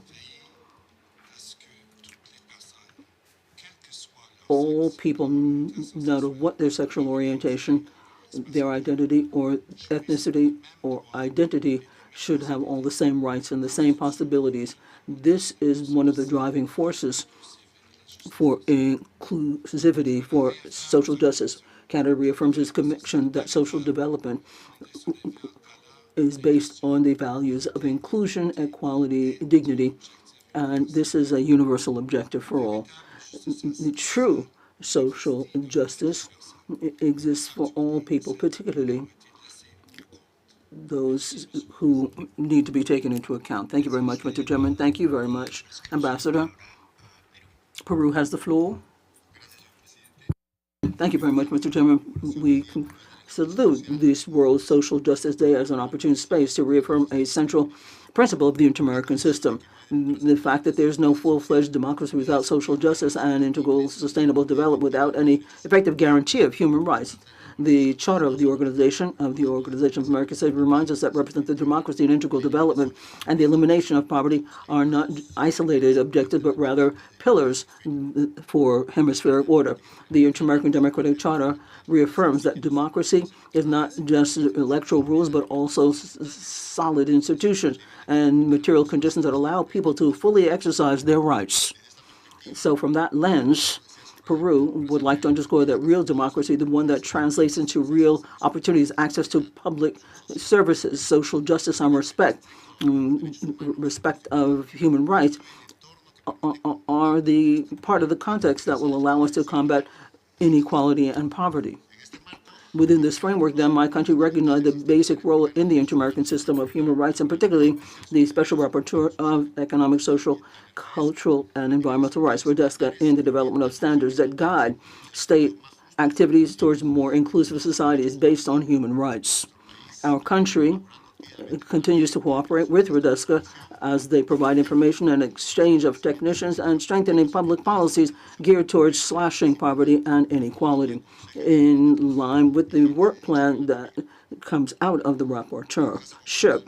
In the specific case of my country, Peru is wedded to social policy and its political constitution, which is macroeconomic, trade, promotion of investment, and social policies that are very well focused. This approach allows us to consolidate significant levels of economic stability, lower inflation in the region, the lowest in the region, and with indispensable conditions for having formal employment, internal investment, and generation of wealth, which makes it possible to fund these larger scope public policies. Based on this, we have a host of different public policies geared towards social inclusion.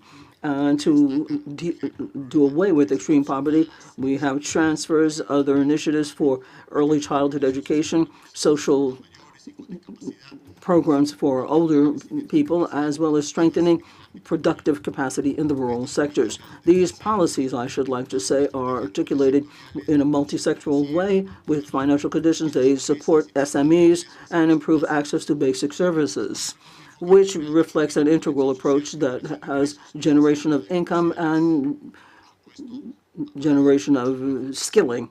Nonetheless, there's still a lot of ground to cover. Now, the experience in my country, and of course the experience of various countries, show a commitment to the hemisphere. Social justice is not decreed, it's built. It's a quest for solid institutions, democratic institutions with economic responsible policies, such as opening up of trade and investment with priorities and trade programs based on permanent evaluation. Peru reiterates its commitment to an agenda that brings together democracy, integral development, and human rights, and promotes the practice of good policies and public policies for the reduction of poverty and inequality. We reaffirm, as such, then, our support to the role played in the inter-American system and REDESCA, of course, coming up with standards that have strengthening of state capacity and technical aspects. Given the challenges that the region has right now, the response has to be much more democracy, more institutions, more inter-American cooperation with social justice as a common horizon.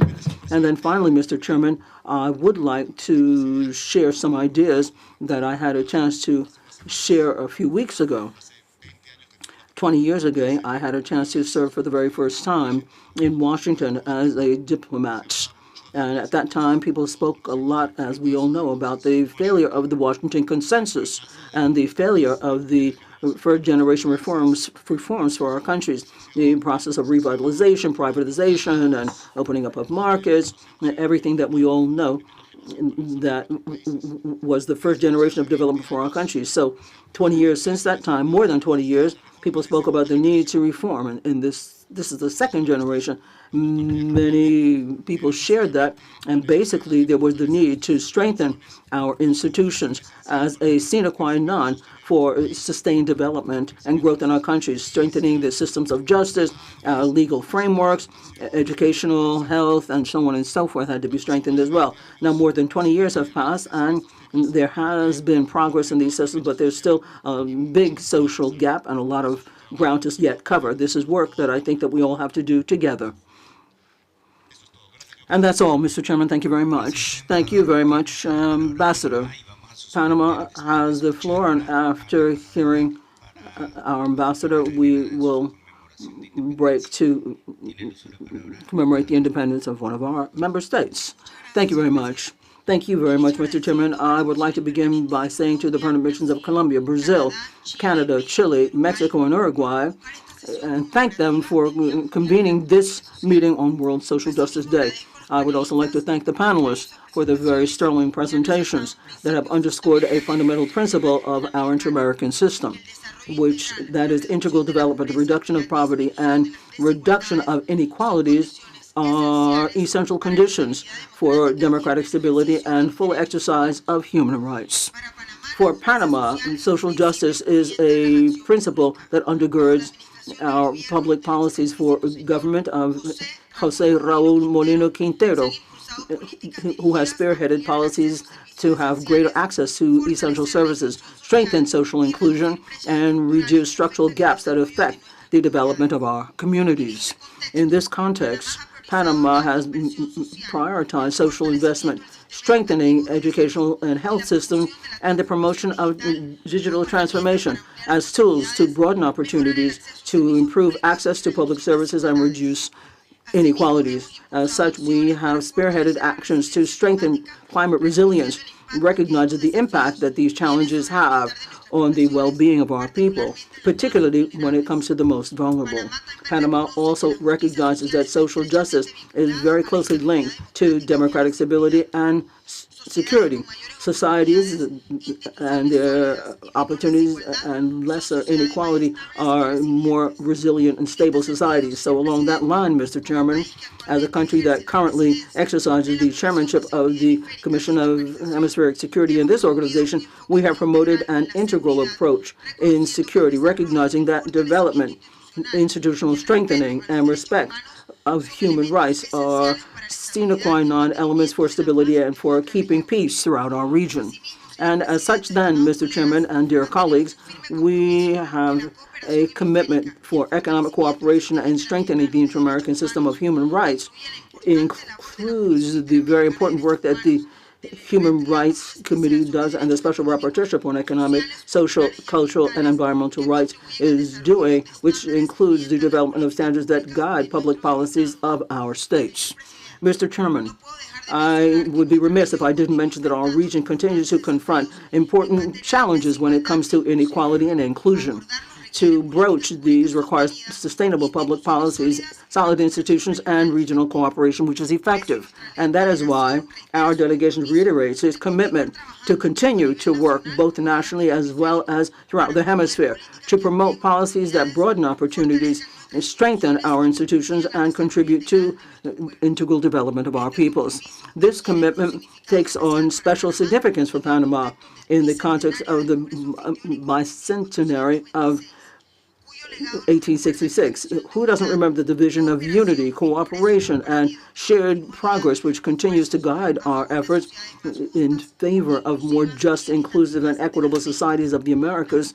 It cannot be overlooked. This is a necessary condition for sustainable development, democratic stability, and well-being of our societies. Thank you very much, Mr. Chairman. Thank you, Ambassador.